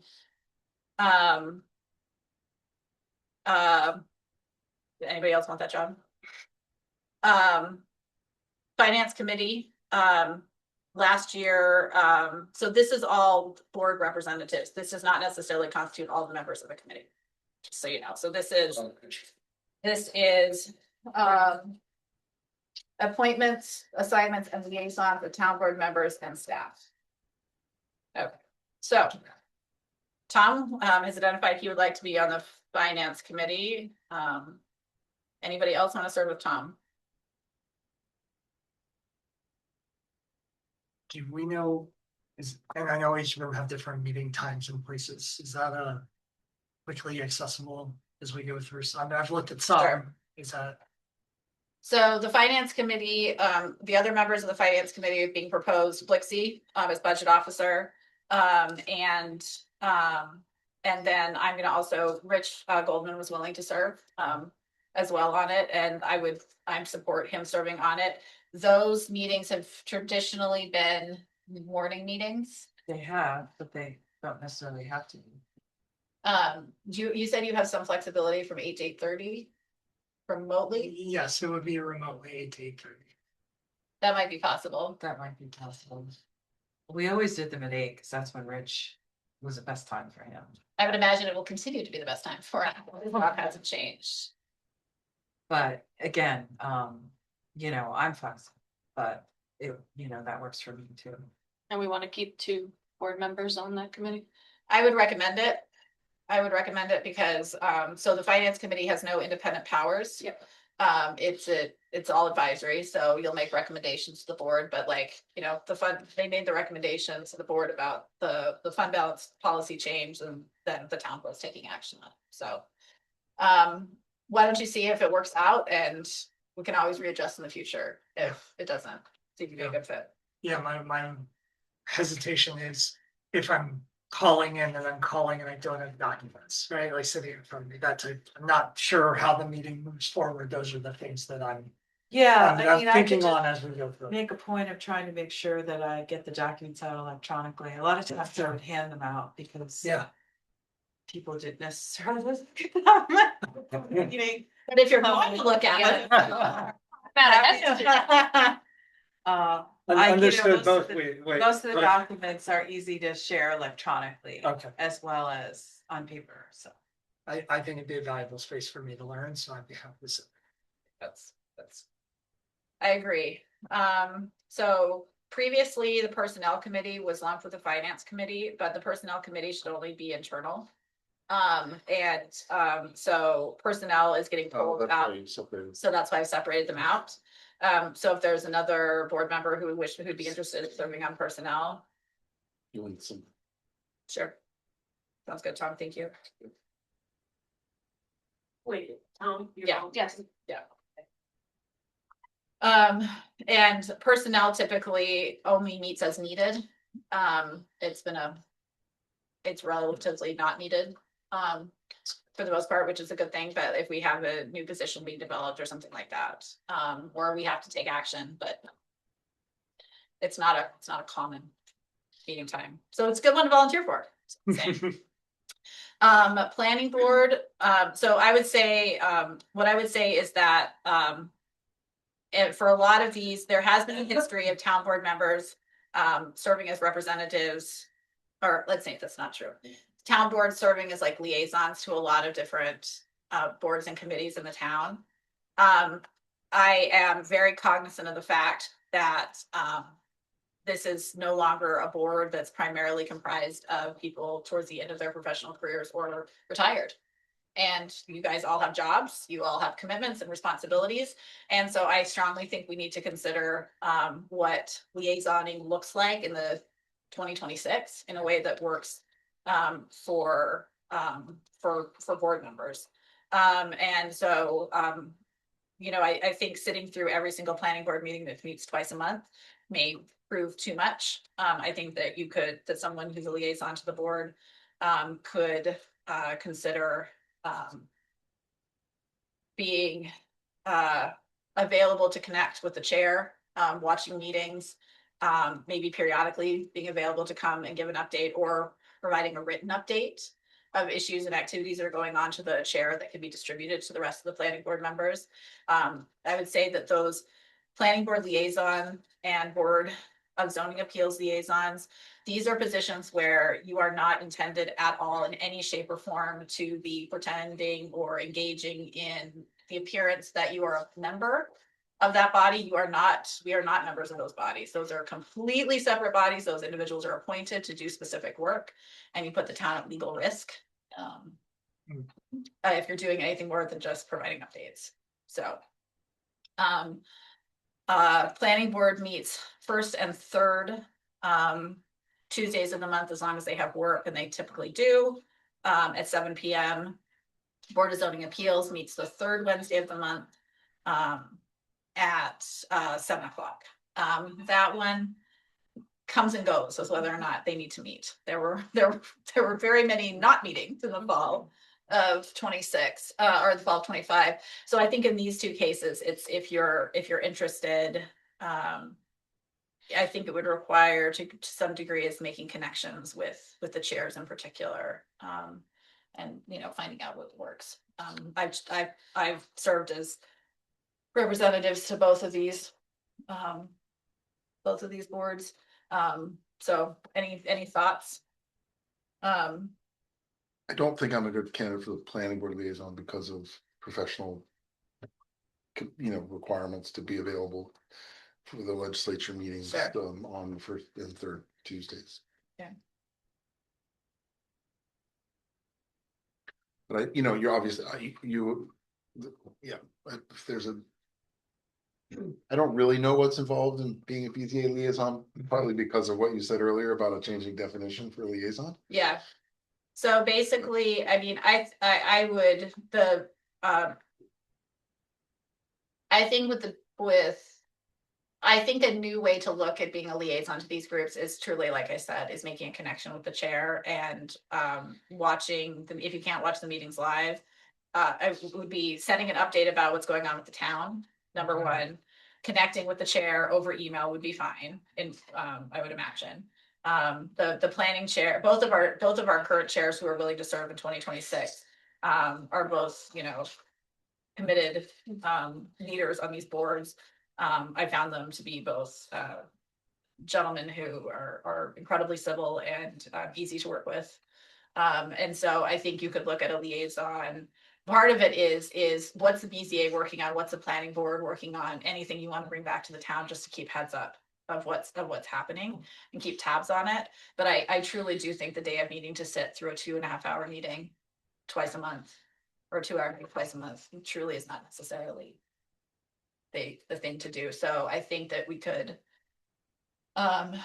just look at that differently. It's basically keeping somebody who thinks they can keep lines of communication open so that the folks who serve on these boards feel like they have a connection to the town board. I am not, and I'm not going to be this person. I don't mind actually serving as an alternate. I talked to both of them, more to the planning board chair than the Board of Zoning Appeals chair. The planning board chair is also on the comp plan steering committee, and we've had any number of reasons to have communications over the years. I'm happy to serve as an alternate. I will be representing the town in actions before them related to the Cold Springs donation. So I think it would be rather weird. So I'm happy to serve as an alternate on both of those, if that's helpful. And it's just whether or not anybody else is willing to engage with those chairs. I mean, I don't mind. I also see Carl at every comp plan steering committee meeting for the planning board. I guess my one hesitation is just right now through the end of March, we have 2 meetings a month for the comp plan. Oh, I know. Then 2 more meetings a month. That's every week, but that is going to come to an end. But Lordy, I Oh. hope so. As long as I'm not expected to be there at every single planning board meeting and just make sure I'm talking with Carl, I don't mind being a planning board liaison. Okay, thank you. Just not gonna be gone every single Tuesday and Wednesday. I think I really do think it's more of just keeping the lines of communication open and checking in and keeping tabs on what's on their agenda and checking in with them. Because some of the things is that they're running into code issues, right? They're running into frustrations with our zoning, or they have Right. mapping questions, or they want to talk to the town attorney or whatever it is. I mean, we have a planner also. So Yeah. you can also engage with the town planner in these items. But it's really just keeping lines of communication open. Anyone, so I don't know, I think there were about 6 BZA meetings last year. The current chair, and I just recommend he's the chair. I do recommend he's the chair. Steve Morreale is at Cornell. He's a professor at Cornell. He's been the chair for years. Yeah. He's good. Anyone, again, like I said, I'll serve as an alternate if someone else is willing to. You said they're typically Wednesdays. Once a month. Most of my Wednesdays are pretty booked. Like I said, you It don't. might change, but it's Yeah, I was gonna say, I don't know. definitely something like I'm listening to your review of liaisons and I have a few other places, so I want to think about my time, but listening later and watching and communicating the things I don't know or things I'll need guidance on, I should phrase is what kind of updates from the town are value adds to the Mhm. BZA, right? Sure. Because like, what do they need to hear, want to hear, not care about hearing? Yeah. In terms of making sure that's a value add to that relationship, because that's what I'm hearing from you is that's the relationship you're looking for, is that sharing Right. and making a space for communication. And, I think it could also be, I really do think it could be here we just had a town board meeting and I'm updating you on, what's happening in the town once a month kind of thing. And I think if that's it, I think exploring new models is the way to go to make it functionally useful. So let's leave the open spot, the full spot open right now, and we'll see. We come back to that. We can come back to that. So I was the town board's representative on the youth commission.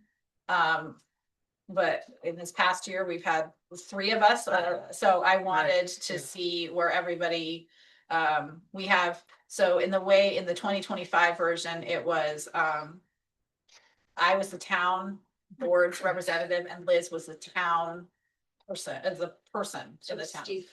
Right, I and was you as were well, also, right. right, so, but she was on the town board, but Yeah. so now, The 3 of us came together. Now we can't all, now we cannot all fill those spaces. So it's a question having of who feels they have space and wants to. this, Continue. this is a place I'm interested in continuing. Okay, And then would I be served, this came up at last night's conversation, is what role would I then be serving if you were, Well, one of us will have to step down. right? Do you want to stay on? is that you volunteering? No, to stay on? no, No, no, I'm it's asking, not. it was brought up in like, in what role would I be serving? Because then we need to fill out by Right, the we would need- others, right? Yeah. We definitely need to buy another Yes. town. Yeah. rep, Yeah. Sure. But Yeah. I don't mind staying on the youth commission, but I know you have a lot of involvement too, so. I do, so I was just gonna suggest maybe I can be an alternate, so if one of you aren't gonna be available, I could step in. Okay. Because I know you have other stuff that comes up, but I will be perfectly honest when I say I would not. I would not be opposed to pulling back on a Tuesday night, because I have every Tuesday night of the current is a public meeting. I'm not at the planning board meetings. Because those are the same nights at the same Yeah. time. Okay, but I'm here. So what I would say is That's fine. I I can can do serve it. as an alternate Yeah. if, so Liz, why don't you take this slot? Steve, Okay. you'll take the town slot. You just stay in the town slot. It doesn't make any fundamental change. And I'll serve as the alternate. And then if anybody knows another person who's interested in youth recreation and youth development, you need another town rep. Yep. It could be anybody in the town. Yep. So, sustainability committee, so I'd like to flag, so I've actually pulled a couple of the. So just leave sustainability committee for just a moment. So I want to flag that as a potential for somebody. I'm gonna take over the village liaison position. I talk to village trustees all the time. I think I'm already liaison, so it doesn't save someone else the work to do. Probably the easiest job I have is records advisory board representative to Carissa. And the reason I'm saving the sustainability committee is because this is one that's kind of on the cusp of whether or not we're going to be able to reasonably staff it from the board. And so I'd like to pull that one out. Safety committee, Liz and I would continue on there unless anybody else has a problem with that. Agricultural representative, we lost Mary. Liz, are you still interested in this position? And does anybody else want to? It's been quarterly. Sure. Right? Ish. No, this is a goal. My goal this year is to get this really active. So yes, it'd be great to have somebody else join along. And I am interested. Infrastructure committee, it's just an internal committee, Scott and Carissa, and basically it's like we need to we handle stuff like the HVAC system, and mostly, to be perfectly honest, Carissa does the bulk of the work, and it's Scott's actual legal responsibility is facilities as part of the DPW. So it's less work now for me than it ever has been. Liz and I continuing on a comp plan committee that hopefully is deeply wrapping up soon. I don't know if Scott knows that I'm nominating him to be the B yeah. committee representative, but it seems like a logical place to put Scott. And I will break the fun news to him, or it doesn't me. And again, with the tree advisory, so Lori is the admin assistant to the DPW. and what I'll tell you a sneak peek is that I'm looking at, I'll be meeting with folks that are currently on the tree advisory committee, and, the Habitat, Chris has been leading the Salo Habitat Committee. I'm gonna be looking at consolidation, proposed for a natural landscape committee that's gonna be advisory to, the DPW in particular. We have a lot of towns owned spaces for historic cemeteries to start with that have a lot of trees. And we need more smart tree people who we have on these committees to look at it, combined with, we just, got Smith Woods. What are you calling that new community? Well, it hasn't been formed yet because I want to get all my ducks in a row, but Yeah. I'm gonna bring it to you. I'm looking at the natural landscape advisory committee. Because it really is more of the like trees and things like that, but they are natural landscapes as opposed to like a recreation committee that would be looking at like a designed park. But, if you have a better idea of the name, I am all ears. There's gonna be a meeting later this month with folks on that group. Voucher review. We typically break it up that 2 town board members need to come in advance of the meeting once a month. So this is the first meeting of the month and review checks. It takes you 20 minutes. Okay. 20 to 30 minutes depending on, and it's just you serve as another set of eyes, another set of financial management. Mhm. And just need to tell my son to make sure he walks over here. Just got out of wrestling. With that assignment being the first meeting of the month, would go with those like next week. Yes, Yeah, it's just it would. putting it on the calendar and assuming we're gonna approve this, no names in there. Perfect. And I can, if you wanna just do the first month or two together, Sure. just I can walk you through it on Tuesday. If you wanna meet like at 6:30 or something, we can meet and usually it's in the back room. Ursula puts everything organized in a folder for us, and then we just went through it, so I can walk you through that and. Then eventually, if it's just kind of, you could do it on your own if you're, and when you're feeling comfortable. It's not rocket science. It's not.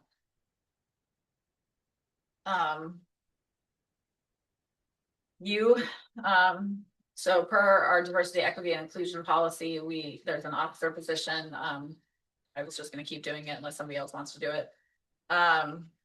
Also continuing on TCOG. I've been representing the town since I became supervisor. And I don't think Teresa ever got tapped in to be an alternate. So if you want to be an alternate, it's a real low level position. I'm coming in as the co-chair this year with Dan Lamb from Dryden. The recreation partnership. This is where this meeting happens right twice a year. It's not.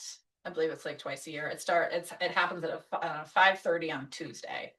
And I believe it's zoomed in because Mary's done it directly before a town board meeting. So the rec partnership, are you too familiar? I know everybody else is. Are you too familiar with the rec partnership? Oh, Yeah. They probably use more than we do. Yeah.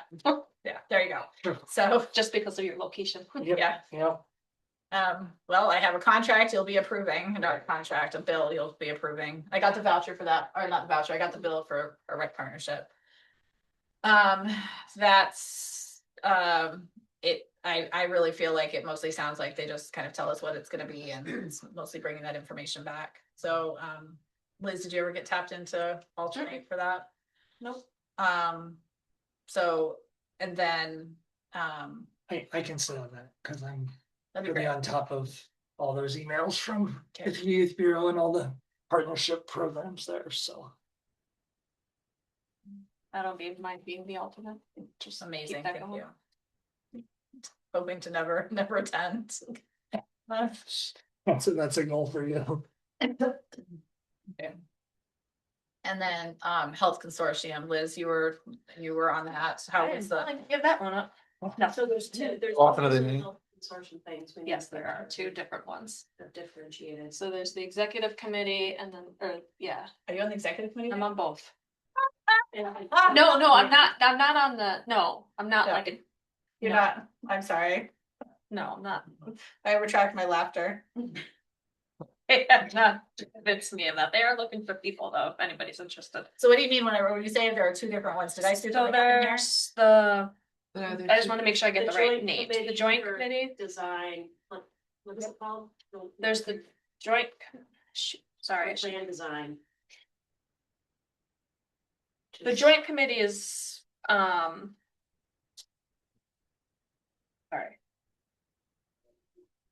Kind of looks at the plans. Over the summer, you'll start getting to see like what the insurance rates and the premiums and the packages are looking like, what the recommendations for the following year would be. Maybe you can tweak the benefits. If you need to tweak it, or if you have recommendations like adding mental health in or not adding mental health in insurance and coverage in. And then there's the board of directors, which is like one person from every town. So do we need to add something else in this Y? Yes, Okay, that was something that we came across last year, actually. okay. I'm trying to get.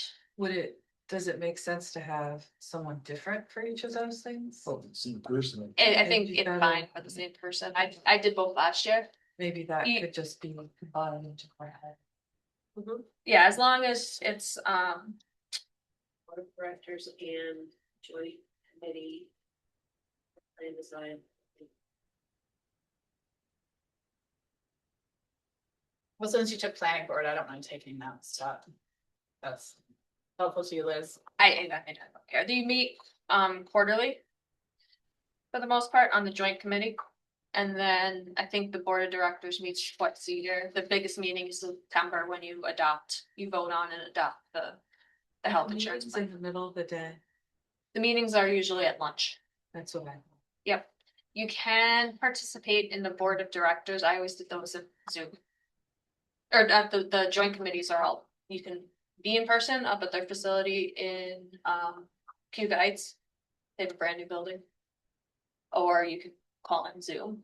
The meeting in September is in person. That's why Rich went as my proxy, because I wasn't in town for that. Well, if you want to continue doing it, you can, or I'm happy to, I can be the alternate. I mean, it's really not that much. I'm on all the emails, so Okay. Okay. it's well, just very exciting. it is to see how much. I get yelled at every year Get yelled at, because of the increases. Last year was a I see. 14% increase. This year is an 18% increase. Yeah. Next year's gonna be another big increase. That's one in future years I'd be willing to. And I just, I there's a lot understand. of uncertainty about workload when it's taking on, Yeah. which is my only hesitation from sort of. You all are volunteering for a lot, so I thank you.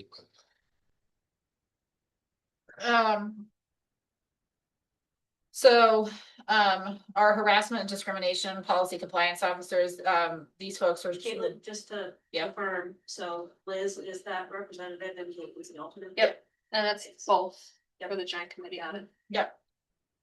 So, Z, they are specifically, I mean, they're both awesome people, but they also represent specific positions that are well suited for doing this, because if, This is a change. Don't worry. not from last year, Well, okay, no, this was you guys last year too. I know I was, but I thought it, at one point it I had been. used to say. Well, we changed it to Tressa last year. When she came on. Doing the training, essentially. Okay, great. But Carissa is still our workplace violence officer with you though, so we're just keeping it mixed up. Yeah. Doesn't have to be, I mean, we could go, I honestly don't know. I which- just wanted to make sure I didn't have to update some documents this year, Yeah. that's why I was trying to make that.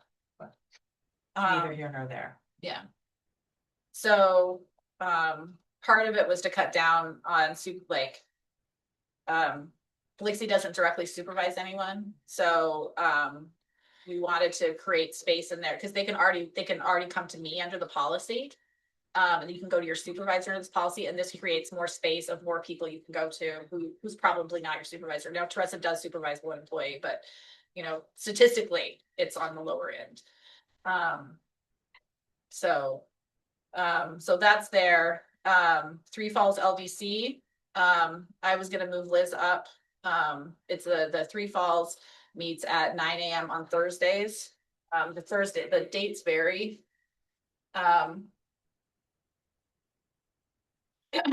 So you're looking for a non-voting alternate? Yeah.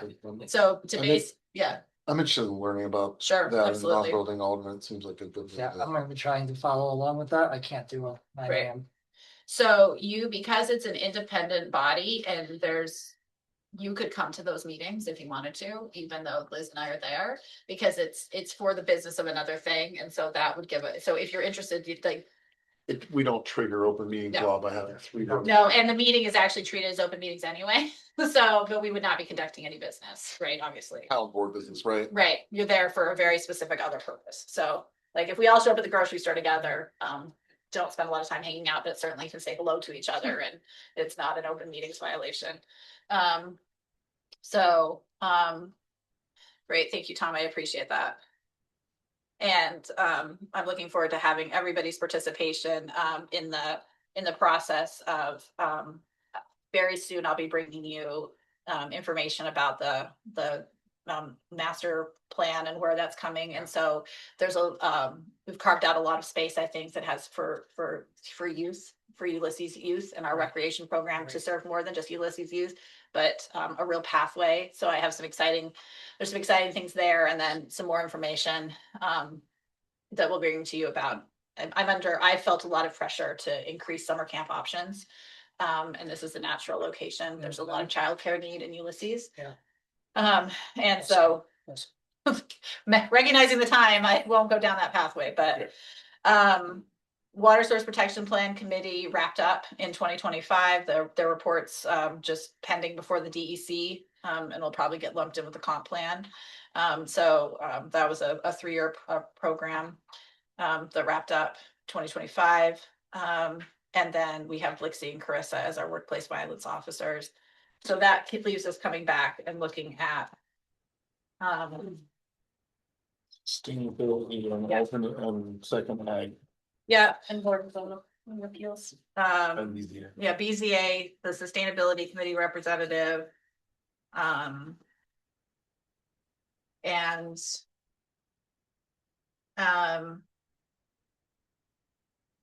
I can't tell you when the meetings are for sustainability, to be perfectly honest. Who's the chair of that? Roxanne, Thank you. Kate Darfler's on it also. So if you wanted a less formal engagement, you could probably hear from Kate directly about what they're working on. And then I feel like God. they meet like Thursdays or Mondays, one of the two.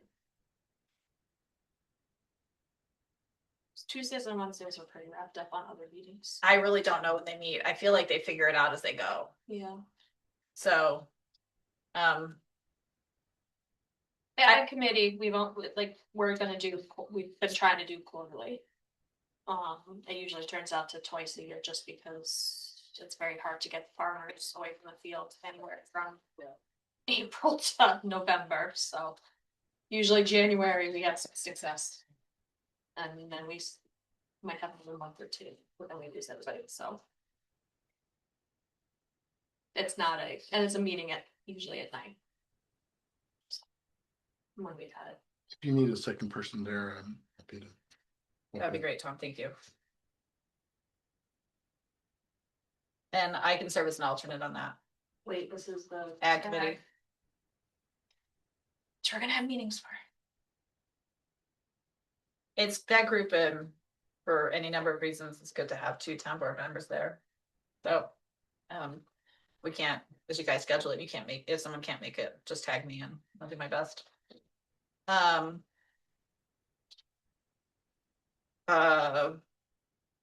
We could hold off on appointing someone to the sustainability committee. It's not a committee I can do.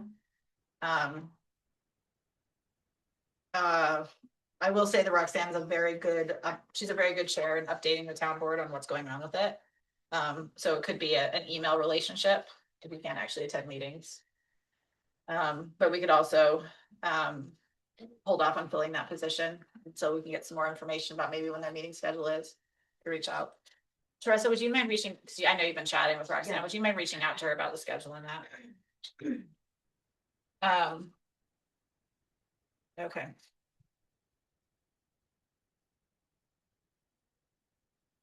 Okey dokey. Yeah, I know you want to fill the slots. I feel a little bit hesitant to volunteer more at this Right. moment. I completely understand. I remember your shoes well and panicking that I was now on the town board, so, and all of the responsibilities. We can definitely hold off on filling that spot. Um, and, that brings us to the next resolved, We need BZA.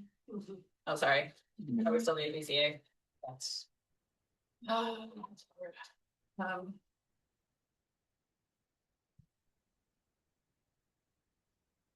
I'll take BCA. I was gonna say, I'll start it, I can start it. Well, see, both, one of us is gonna be, and it's just gonna depend on the schedule, one of us is gonna be before the BCA. So do you wanna co-team it? Is there a co? Why don't I just do it since I'm the planning board liaison? And maybe you could just do one email update all of them. Yes, that's what I'm wondering if I can just kind of find them. Well, and you have a,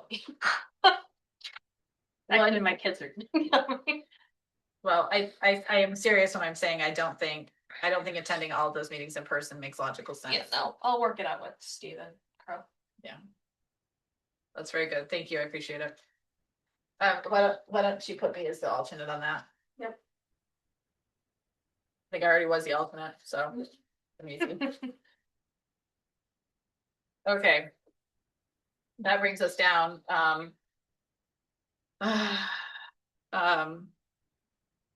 most of these, so we are appointing, so now we're in the, positions, the following appointments.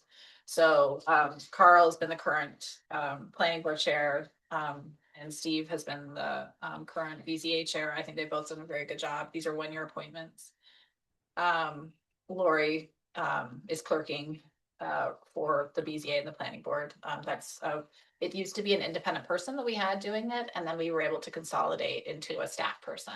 So we used to have just Lou and Maria did the clerking, and then in COVID period, they both opted out not to continue doing it, and it made sense financially to kind of lump it in to help create a permanent position. Chris Collins has been serving, doing quite well on the Thomas County Environment Management Council, and Chris is also on the Sustainability Committee.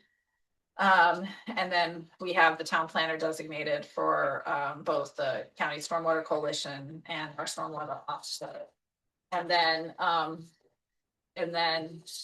Steve, you're gonna do the Youth Commission.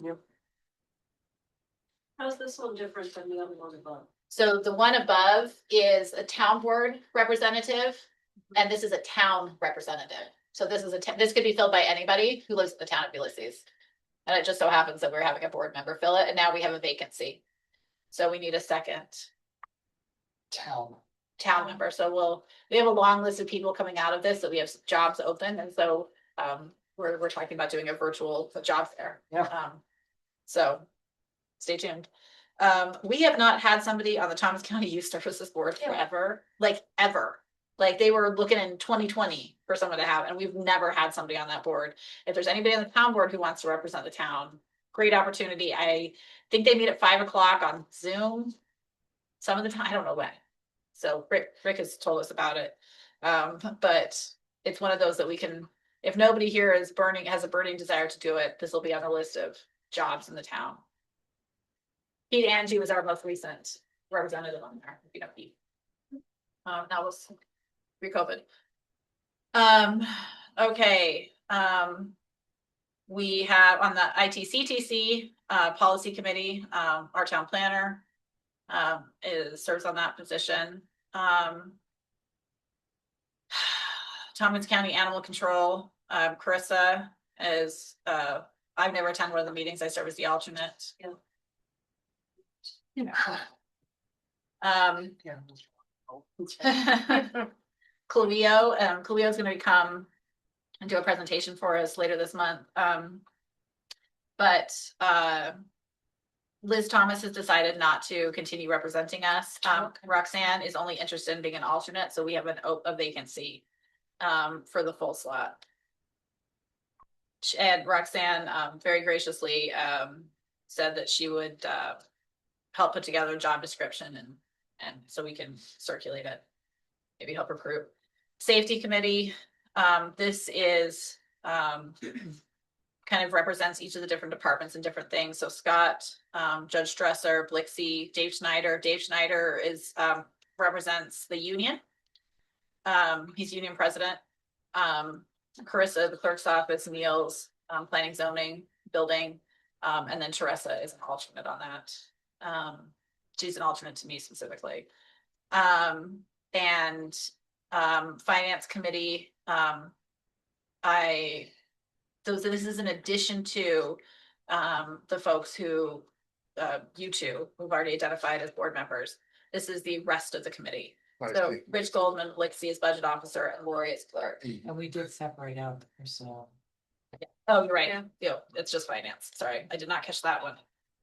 Thank you. Yes, strike personnel is just finance, Right. and it's not an internal committee at that point. It's just an advisory committee. Infrastructure committee, in addition to town board members on it, which I think is just me, Scott, Carissa, Teresa, and Blixie. Scott is our water supervisor. Carissa is water district billing and collections clerk, and then we have a spot open for representing communicating with Jacksonville Community Association. Do you still feel like that's something you can do, or is it? Yeah, yeah, I can keep that. Great, thanks. Nancy's not. They need to recruit a new chair because he's stepping down. Oh, he is? I didn't realize that Jonathan was stepping down. Yeah, Oh, I'm sorry to hear that. well, he was very aggressively seeking a chair because he thought he might have to step down. So Nancy actually requested somebody from the town board to serve as a representative from the town board. It's one of those, I mean, I think it's great, but you know, attendance you can, so. Well, you know. That was a long one. Yep, and then, we don't have any new appointments. I'm sorry, Steve, as chair, it's for a new appointment to the board. Do you want to do this? This is something. Oh, I'm sorry, I'm so tired, I just kept going. Alright. Yeah, no, thank you. So that was, number 33, resolution. I think it was, That was all 33, that's all one. We updated it, that's 33. That's 33. you're right. It was Third- right. third- Okay, so I It's a will, long one. it was a very long one. I'll move the appointments. It'll get easier next year if you want to keep the same job. I'll move the appointments. Is there a second? I'll second. Thank you. All those in favor? Uh, Aye. Okay, now we're going to planning board and board of zoning appeals. So we could choose to scale down in the future to 3 members and then there'd be 3-year appointments. It is a 5-year appointment because there are 5 board members on each of these boards. And the idea is you're rotating through one person per year. So There used to be 7 people.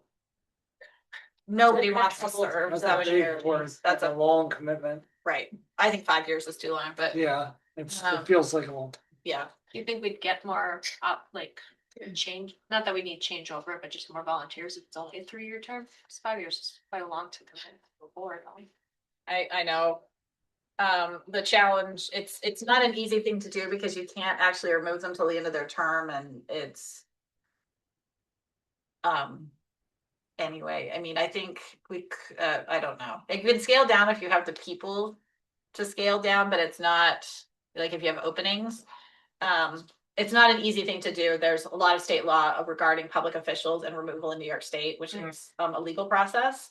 And I can tell you, I've not had a whole lot of enthusiastic interest in opening that can of worms. But if we feel like it becomes necessary, we do have 2 openings for alternates on the BZA. And we have just today, Bart had been serving on the BZA as a member. Previously, he told me he was interested in moving down to an alternate position. And I found out today he doesn't think he could serve in that position this year. So right now we actually have an opening on the board and 2 alternates. on the planning board. So, we're gonna need to do some recruitment. So far, it's not on the planning. So Bart's off planning board now. Okay. Yeah, completely. His term was up and he opted not to renew. And both Steve and Carl are interested. We already appointed them to these chairs. Oh, no, we didn't.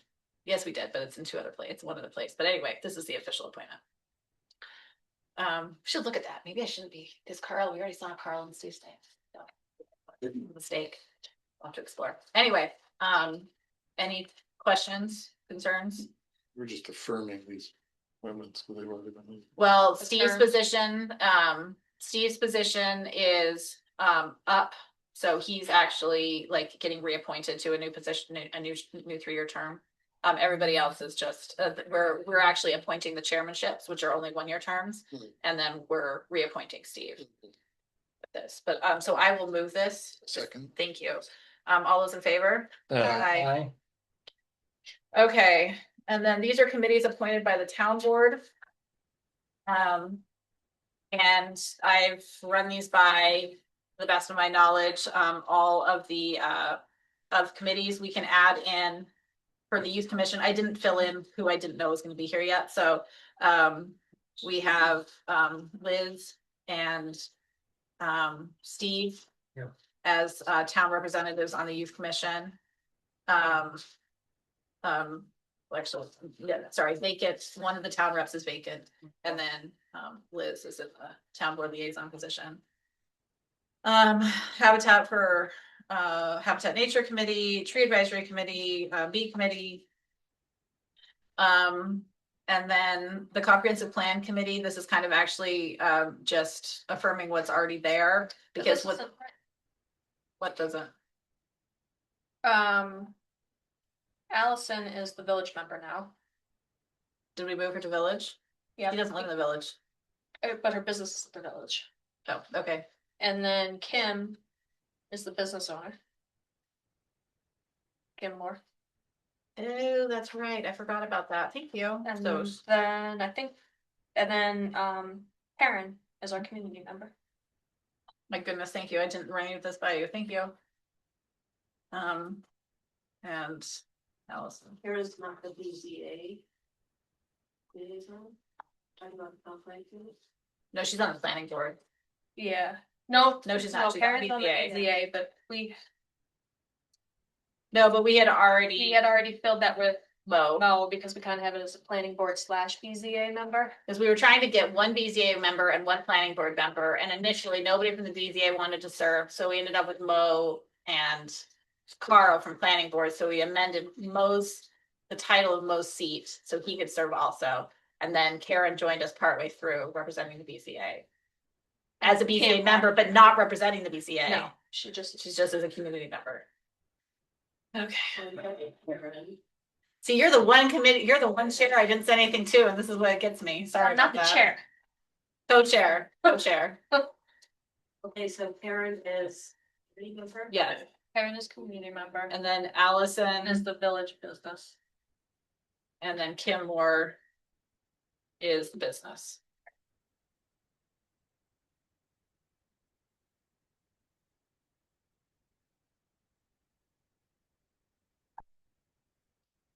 Okay. And then safety committee, so Liz and I get on the safety committee. Like I said, Dave, Mark, Scott, and Felicity. Okay. You like to move into community comments?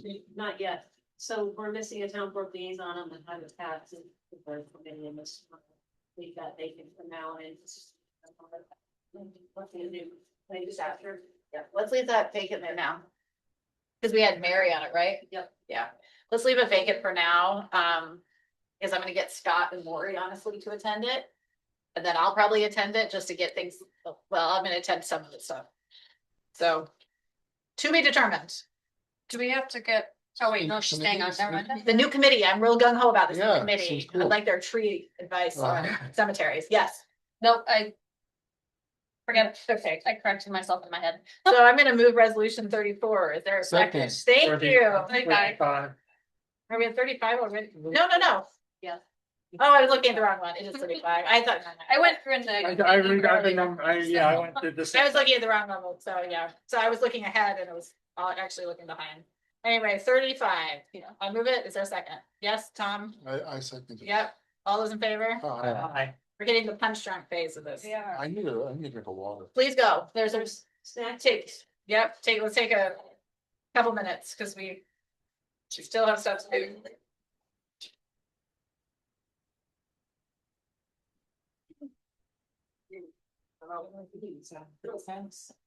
I was thinking about all the contracts again.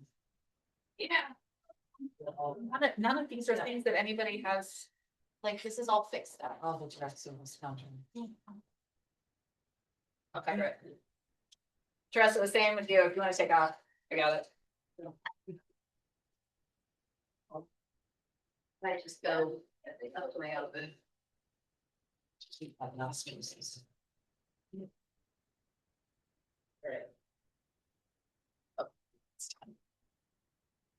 All right. Thank you, Caitlin. Thank you. I've been trying to reach my son and start suffering, but I haven't got the answer yet. Oh, that's a bummer. I started cold, Probably out in the woods. I have cold sesame noodles in my fridge.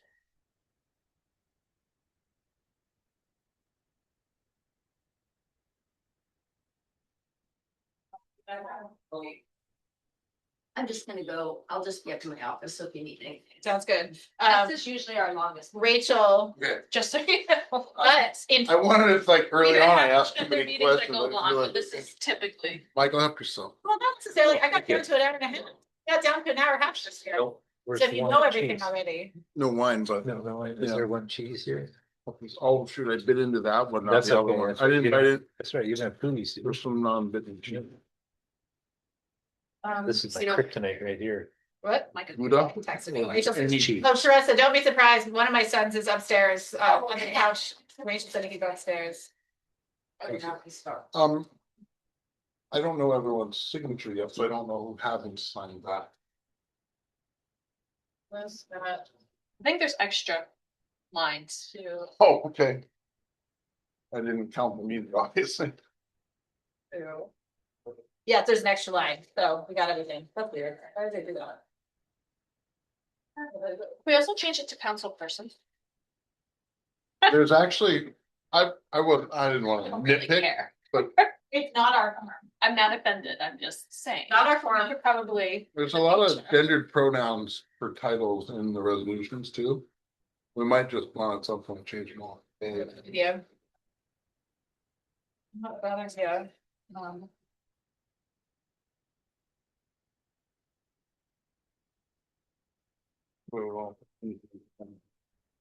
Right.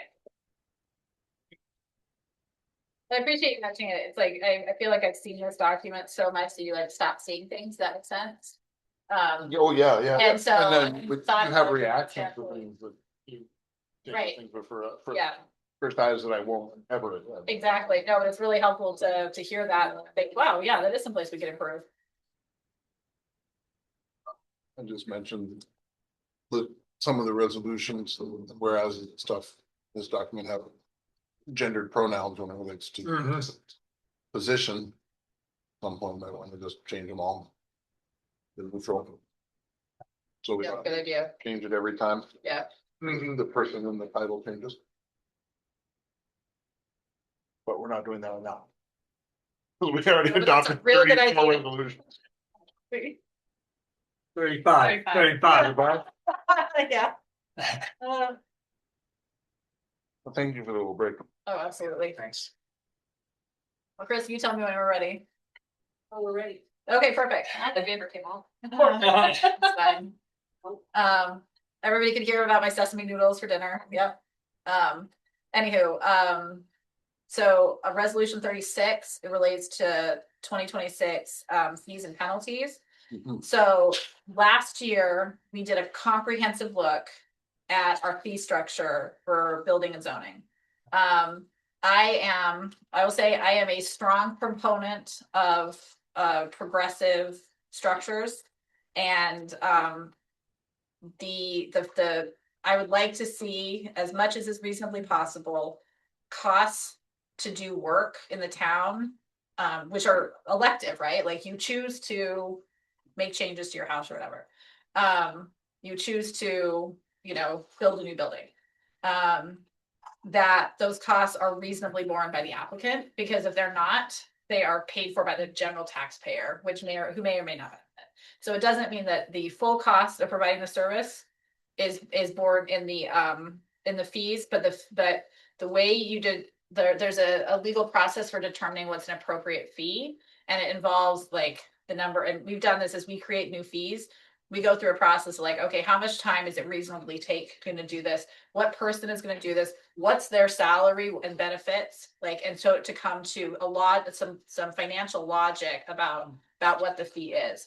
And so what this reflects in the previous year was to kind of right size us with communities more like us. And we actually were able to lower the cost for more minor things and put higher costs, progressively higher costs that are appropriate, but towards more expensive things.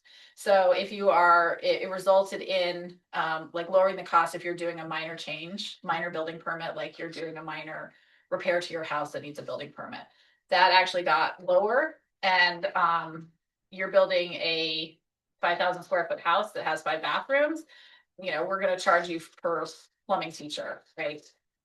To do it, as opposed to a flat amount, whether you're putting in 1 bathroom or 5 bathrooms.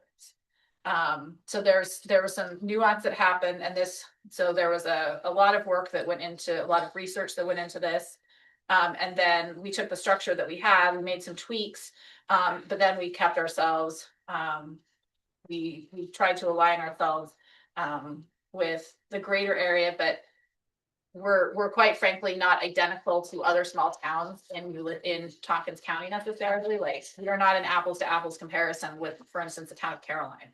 It's just the reality of the market here, the demand here is different. So we're more closely aligned with some like the town of Ithaca actually than we are with the town of Caroline.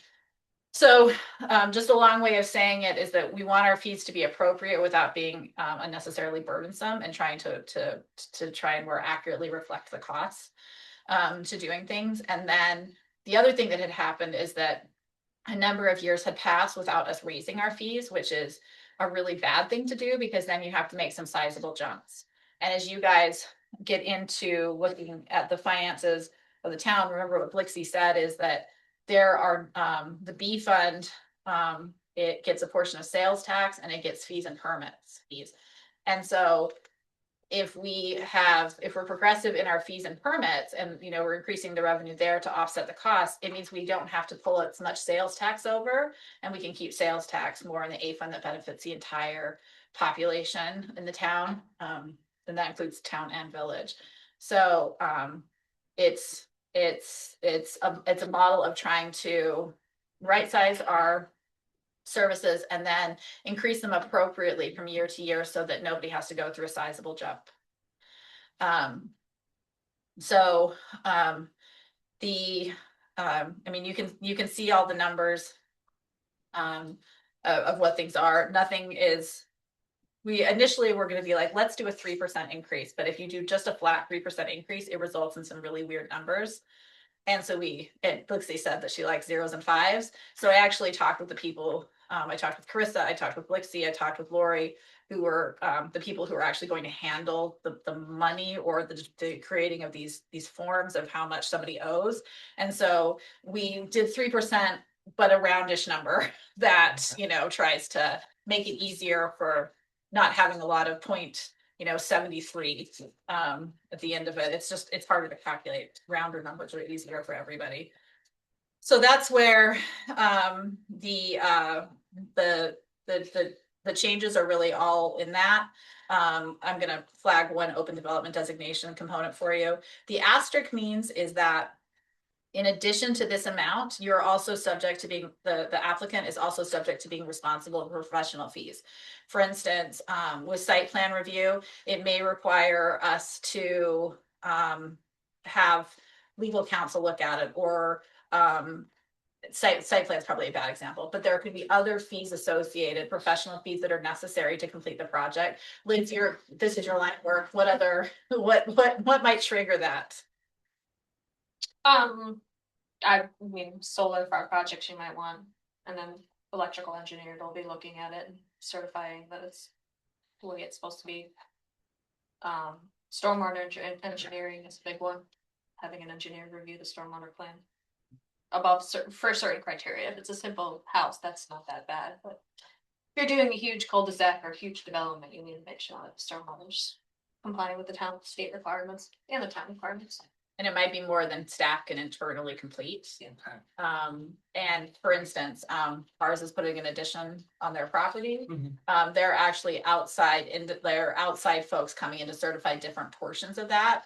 Because some of that's required by New York State because of the type of funding they received, and part of it's required by, it's beyond what our code enforcement officer can reasonably for. Because it's a very, there's a lot of nuance, there's a lot of complexity in a construction project like that, that's very different from a single family home. So it makes sure that the applicant is paying for those costs and not the taxpayer, because that's otherwise. So that's in as a, like a kind of catch-all to make sure we're not, make sure that they're capturing the appropriate amounts. Process question Sure. there, and I guess, so you mentioned stormwater, so I'll use that as my question.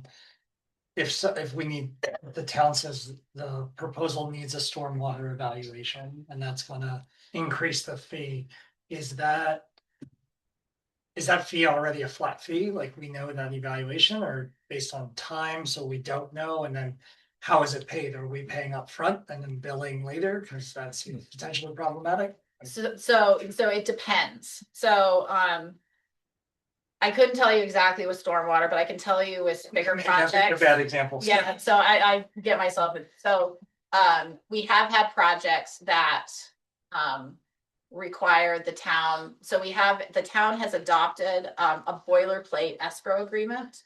And if we're going into a complex project, what we can do is the town board, so we've already approved the boilerplate, but you have not approved the contracts themselves. So if we had, Joe Smith is putting up a hotel, and there's gonna be, we know it's gonna trigger this, and what a lot of this is triggered by is actually by the plan board.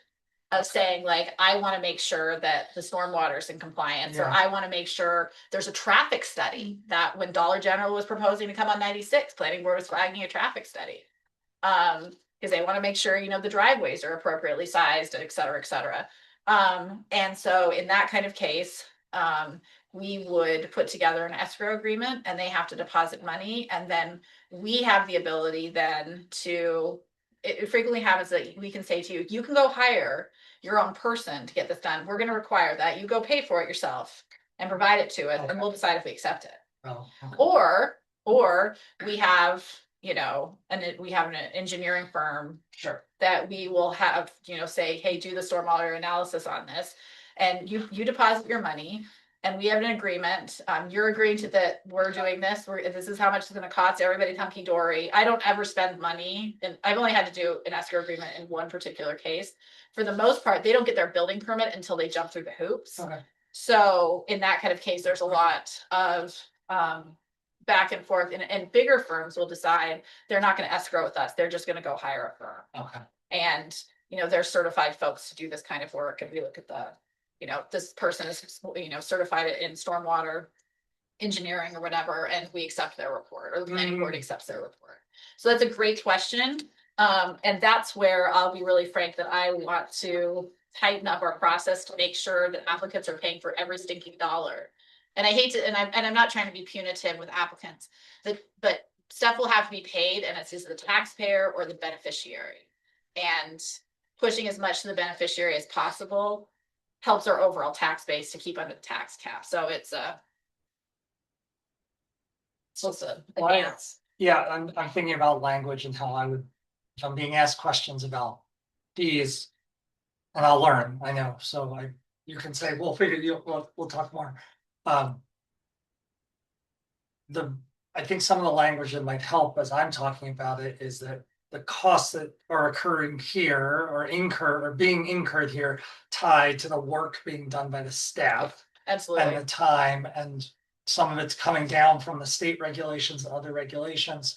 But then the language that the taxpayer is paying if you don't, I'm not sure I'm following that yet, so I'm just saying now, I don't know, we need to get into it now, because we're still our number 30,000, so we can. Well, this is actually very simple. So Okay, whether or not anybody applies for a building permit in 2026, we have a building code officer who will get a paycheck. got it. Right. Okay. And So we the have to. taxpayers, that's higher. We have Okay. to pay that because I mean, you could say, well, we can scale down to 15 hours, we can Yep, cut it, yep. whatever.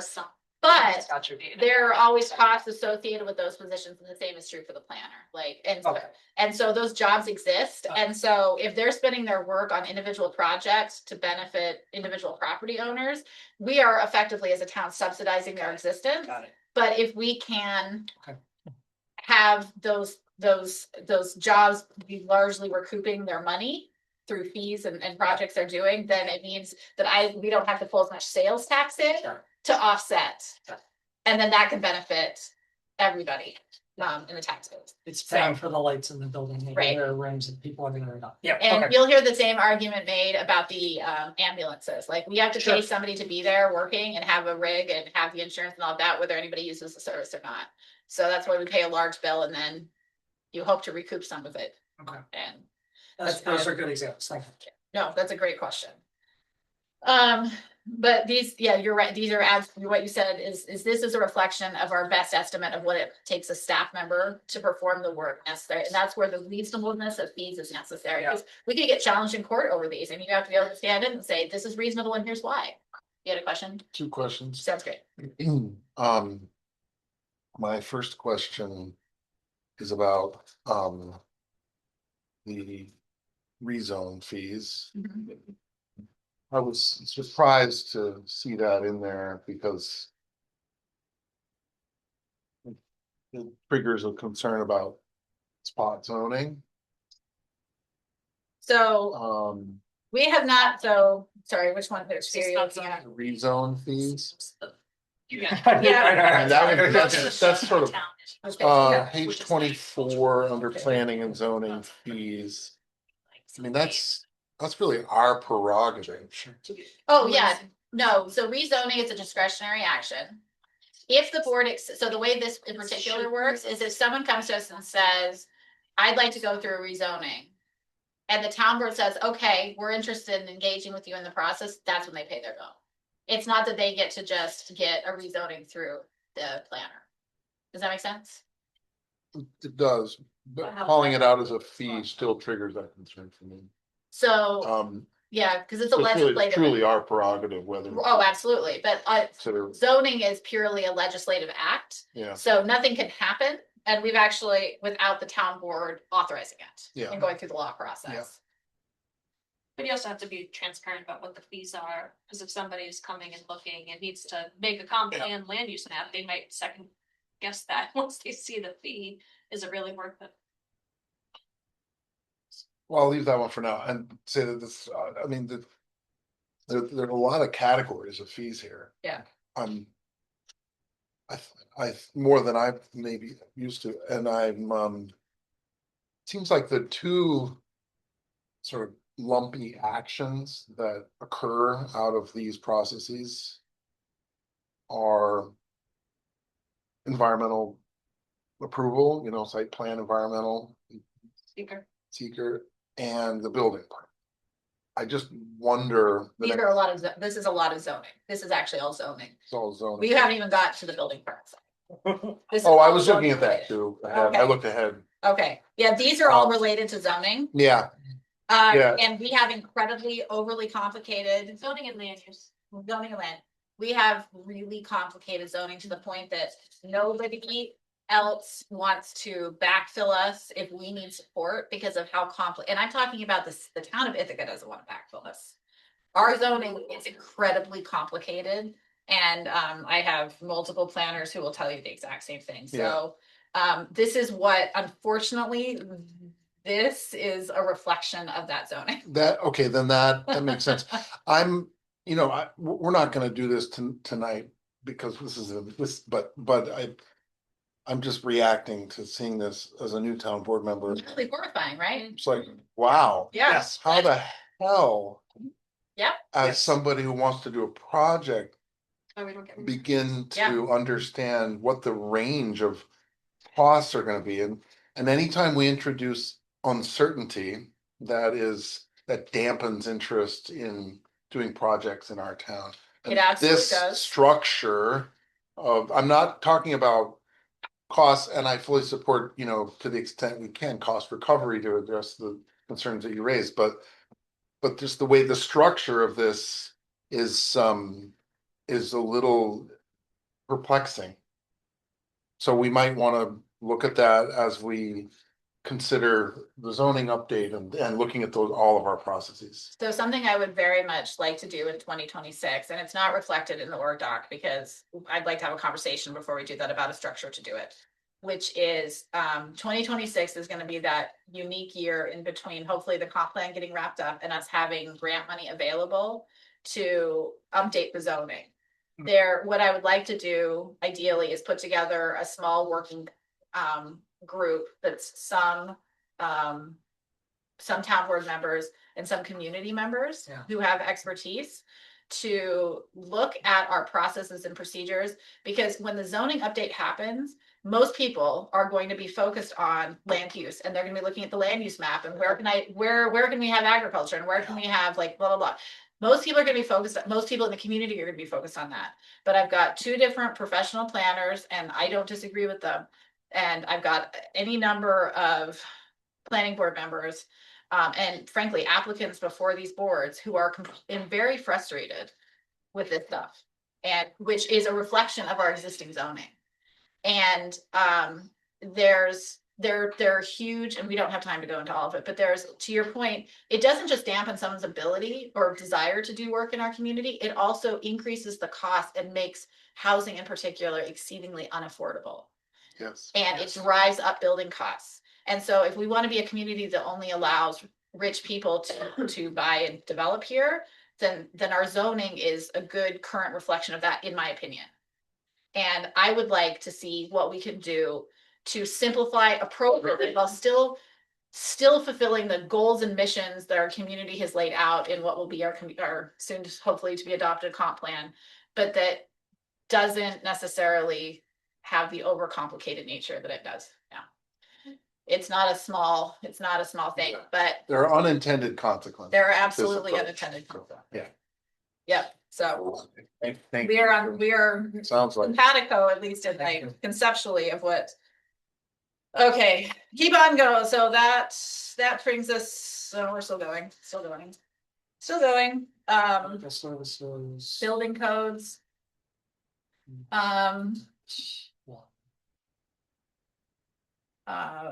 Building permits. When you get to 27 and you see other building fireworks displays, people will complain. I'm welcome to the town board. Someone will complain to you, especially in your neighborhoods, probably about fireworks. We cannot ban fireworks in the town of Ulysses. It is a state allowed activity that we are not allowed to prohibit.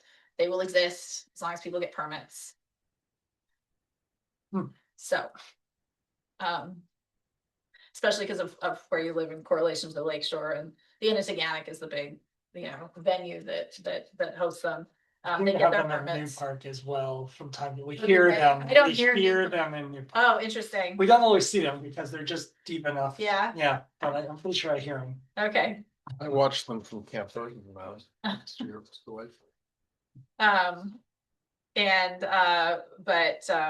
So that's kind of where we go. Special event operating permits. Our special event operating permit allows special activities in zones that would not otherwise allow those types of activities. So okay. grassroots camping, for instance, across the way on Falls Okay. Road. Yeah. That is a residential zone where camping is not allowed by zoning. The special event permit gives them a carve out. Yeah. This doesn't apply to grassroots festival at the fairgrounds. No, it because doesn't. That's an allowed use within. Right. That's But it's the okay. campaign city across the way, right? Yeah.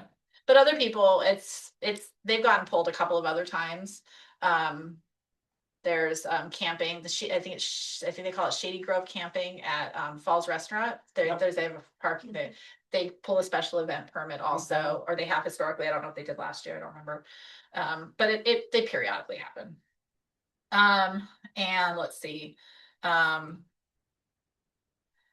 emergency services. I've been playing tag with the emergency services manager Joel for the village. Our policy has been to parallel the fees the village has in place.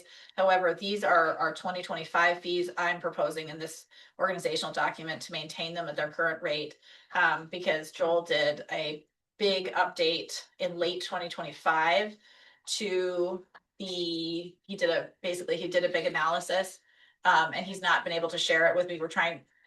The dates have not worked out in his schedule for us to sit down. So I'm hoping to be able to do that later this month, and then I can bring you back a revised. That's between ALS and BLS. Advanced life support and basic life support. Oh, okay.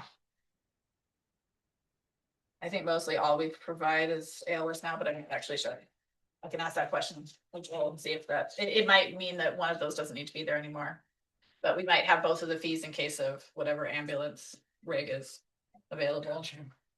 For EV charging, we have not changed the amounts in a while. This is for our charge point facility back there. I think we are cheaper than across the way. We are, but we're always slower. We're slower.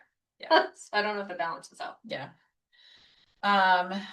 In 2025, we added a new driveway culvert permit. It was free for people before this, and we did not think that was appropriate. Because if you're on a county road, you give them $2,000 and then you do the work yourself, which I can tell you is more than $200 since I've done one with them. And then they come out and inspect it and give you your check back. So the highway department does it for them, and we charge $200, and it's not very complicated. It's a very fast procedure, actually, if you have the equipment, but that's our fee for that. Carissa, which of these fees? Oh, so your dog fees are all staying the same this year for the most part, right? Yeah. And then a lot of Chris's fees are set by New York State, so that's what the notes are. Is there anything you want to flag for the board?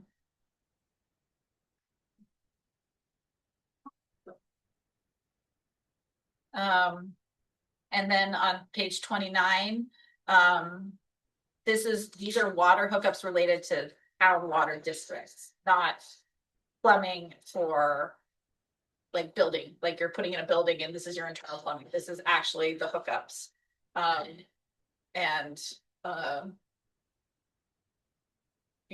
The plumbing permit inspection, it can take up to 5 visits. So that's kind of built into the price. And then some of these are billed. Bolton Point provides service for us in some of these things. And then we provide a new meter, and that's based on how much that meter costs. So we're ahead a couple meters, and then we buy new ones and nothing gets cheaper. So it's whatever that meter costs. And then new this year is a final meter read for account transfers. So this is when a property is sold and they're going to be transferring it. So we have to send folks out in person to do this meter reading. Most of our readings for water are done remotely. We upgraded that equipment a couple of years ago using federal money. But this does require the in-person one. And so it's Scott's time. It's a little bit of time use on the vehicle, and then Carissa's time to do the accounting portion of it. Radio meter opt-out fee. We have a handful of folks who do not want the radio meters. And so this is what the cost is based on, again, we did a calculation of how much time does it take an employee to go to an individual house, conduct a meter reading, go back with a small amount of wear and tear. It's a couple bucks for the vehicle. So and most folks aren't interested in paying that fee, but there are some folks who just don't want smart meters on their property. So We're down under 10 though, right? I think so. it's real small. Yeah, And this is just water, right? yeah, just water. We're still under, right, no, I know, we're still underwater. Yep, and then our water sales, the water districts 1 and 2 are under. Basically, the village provides the water, to districts 1 and 2. Districts 3 and 4 are fed by Town of Ithaca water, it comes out of Bolton Point. And then our rates for water usage. And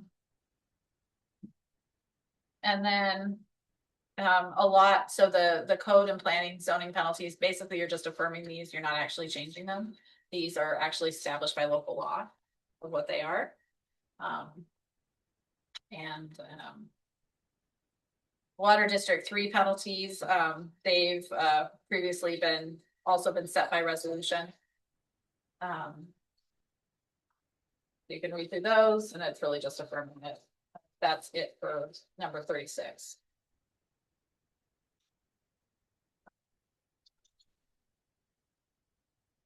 So, lots more to talk about in that one. Okay. So I will move resolution 36. Is there a second? For the second. Thank you. All those in favor? Aye. Aye. Okay, resolution 37.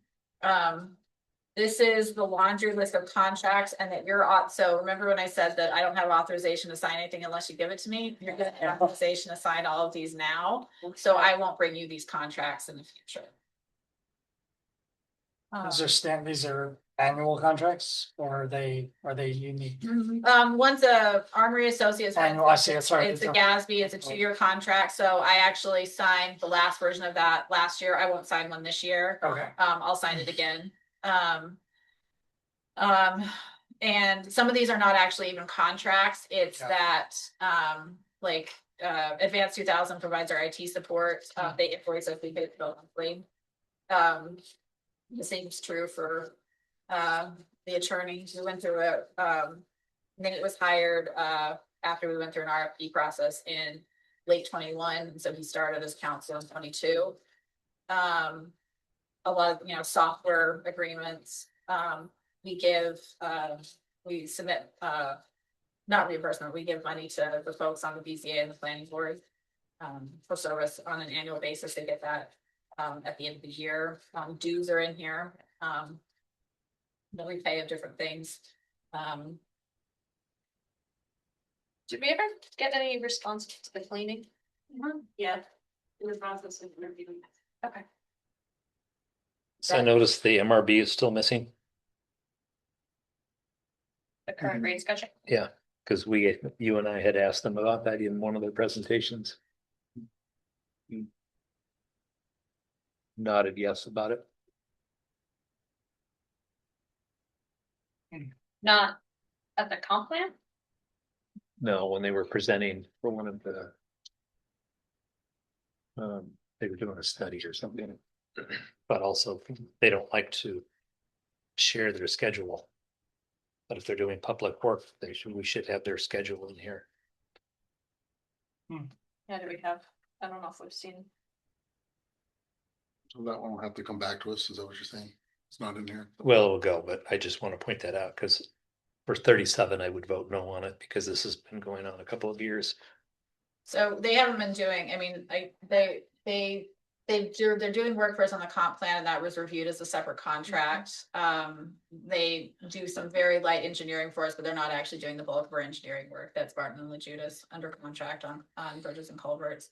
So we basically have them as we can go out and get help on some things, but we don't really use them we don't use them that much. So we can call them up and ask them an engineering question, and then they bill us. Am I missing it? I don't see MRB on the list of It's contracts. engineering under El Dorado. 4th from the bottom on 33. Yeah, it's alphabetical. Page 33. Engineering MRB. Yeah. Oh, see current rate schedule, not to exceed rate schedule. And you're saying the rate schedule isn't included in this. No, they don't. They don't like to have their rate schedule published. The reason is that it's different rates for different municipalities. Yeah. But It's also different rates for different projects. Right, and they also Depending on have, who you're they will also tell you that they have a wide, it's like if you go to our legal. If we go for legal services, there's a partner rate, there's an associate rate, there's a paralegal rate, and that's it. Well, they have the same thing. No, got- well, they have like 50 probably. So, RV has lots of different levels, right, maybe not 50, but they have at least 10 or 15. so, I But we mean, do have a contract not to exceed amount, right?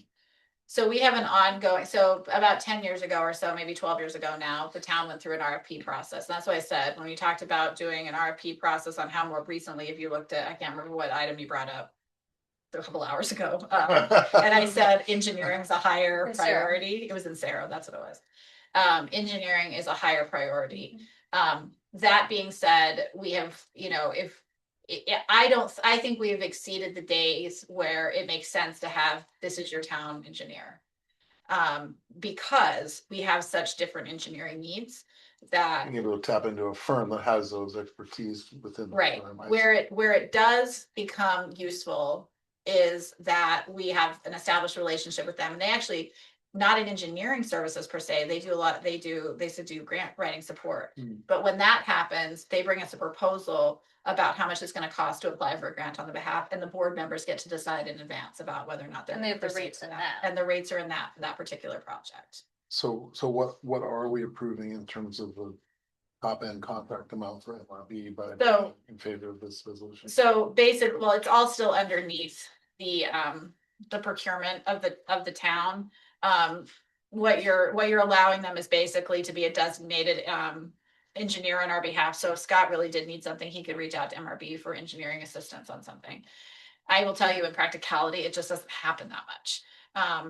In part because Scott and I are both cheap, and we're trying not to use we're not trying to use expensive services. And the other point being that I think MRB has done a very good job for us in very specific things, particularly related to grants and and putting the documents together for culverts and things like that.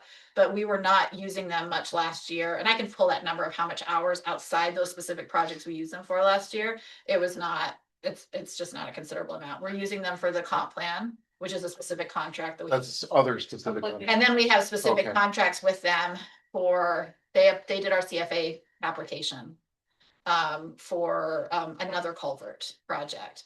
But we don't, we're not turning, like, it's just on a regular day, we're not calling up and say, hey, we have this engineering question. Like, that's just not part of our day-to-day. I see. Right. And you report those requests for services to the. Oh, town yeah, board? and the town board decides whether or not we're gonna contract with them. Oh, okay. So, So this is just. We use keeping them the them on same as you would the retainer. attorney, but if they're on retainer, there ought to be a schedule for that. Okay, Here I for understand that. your point better Yeah. now. Schedule Okay, 24, that's. thank you for the discussion. I think I understand. I was gonna say, Chris, I was like, maybe we could just reach out to them for another schedule, an updated schedule. But it's not something that can be published in here. No, we can publish it. It's foilable, so it absolutely could be.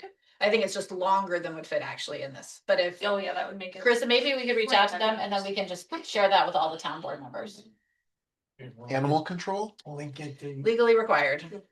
Okay, that's that. Thank you. Yeah. We're legally required to pay this, and it goes to the SPCA.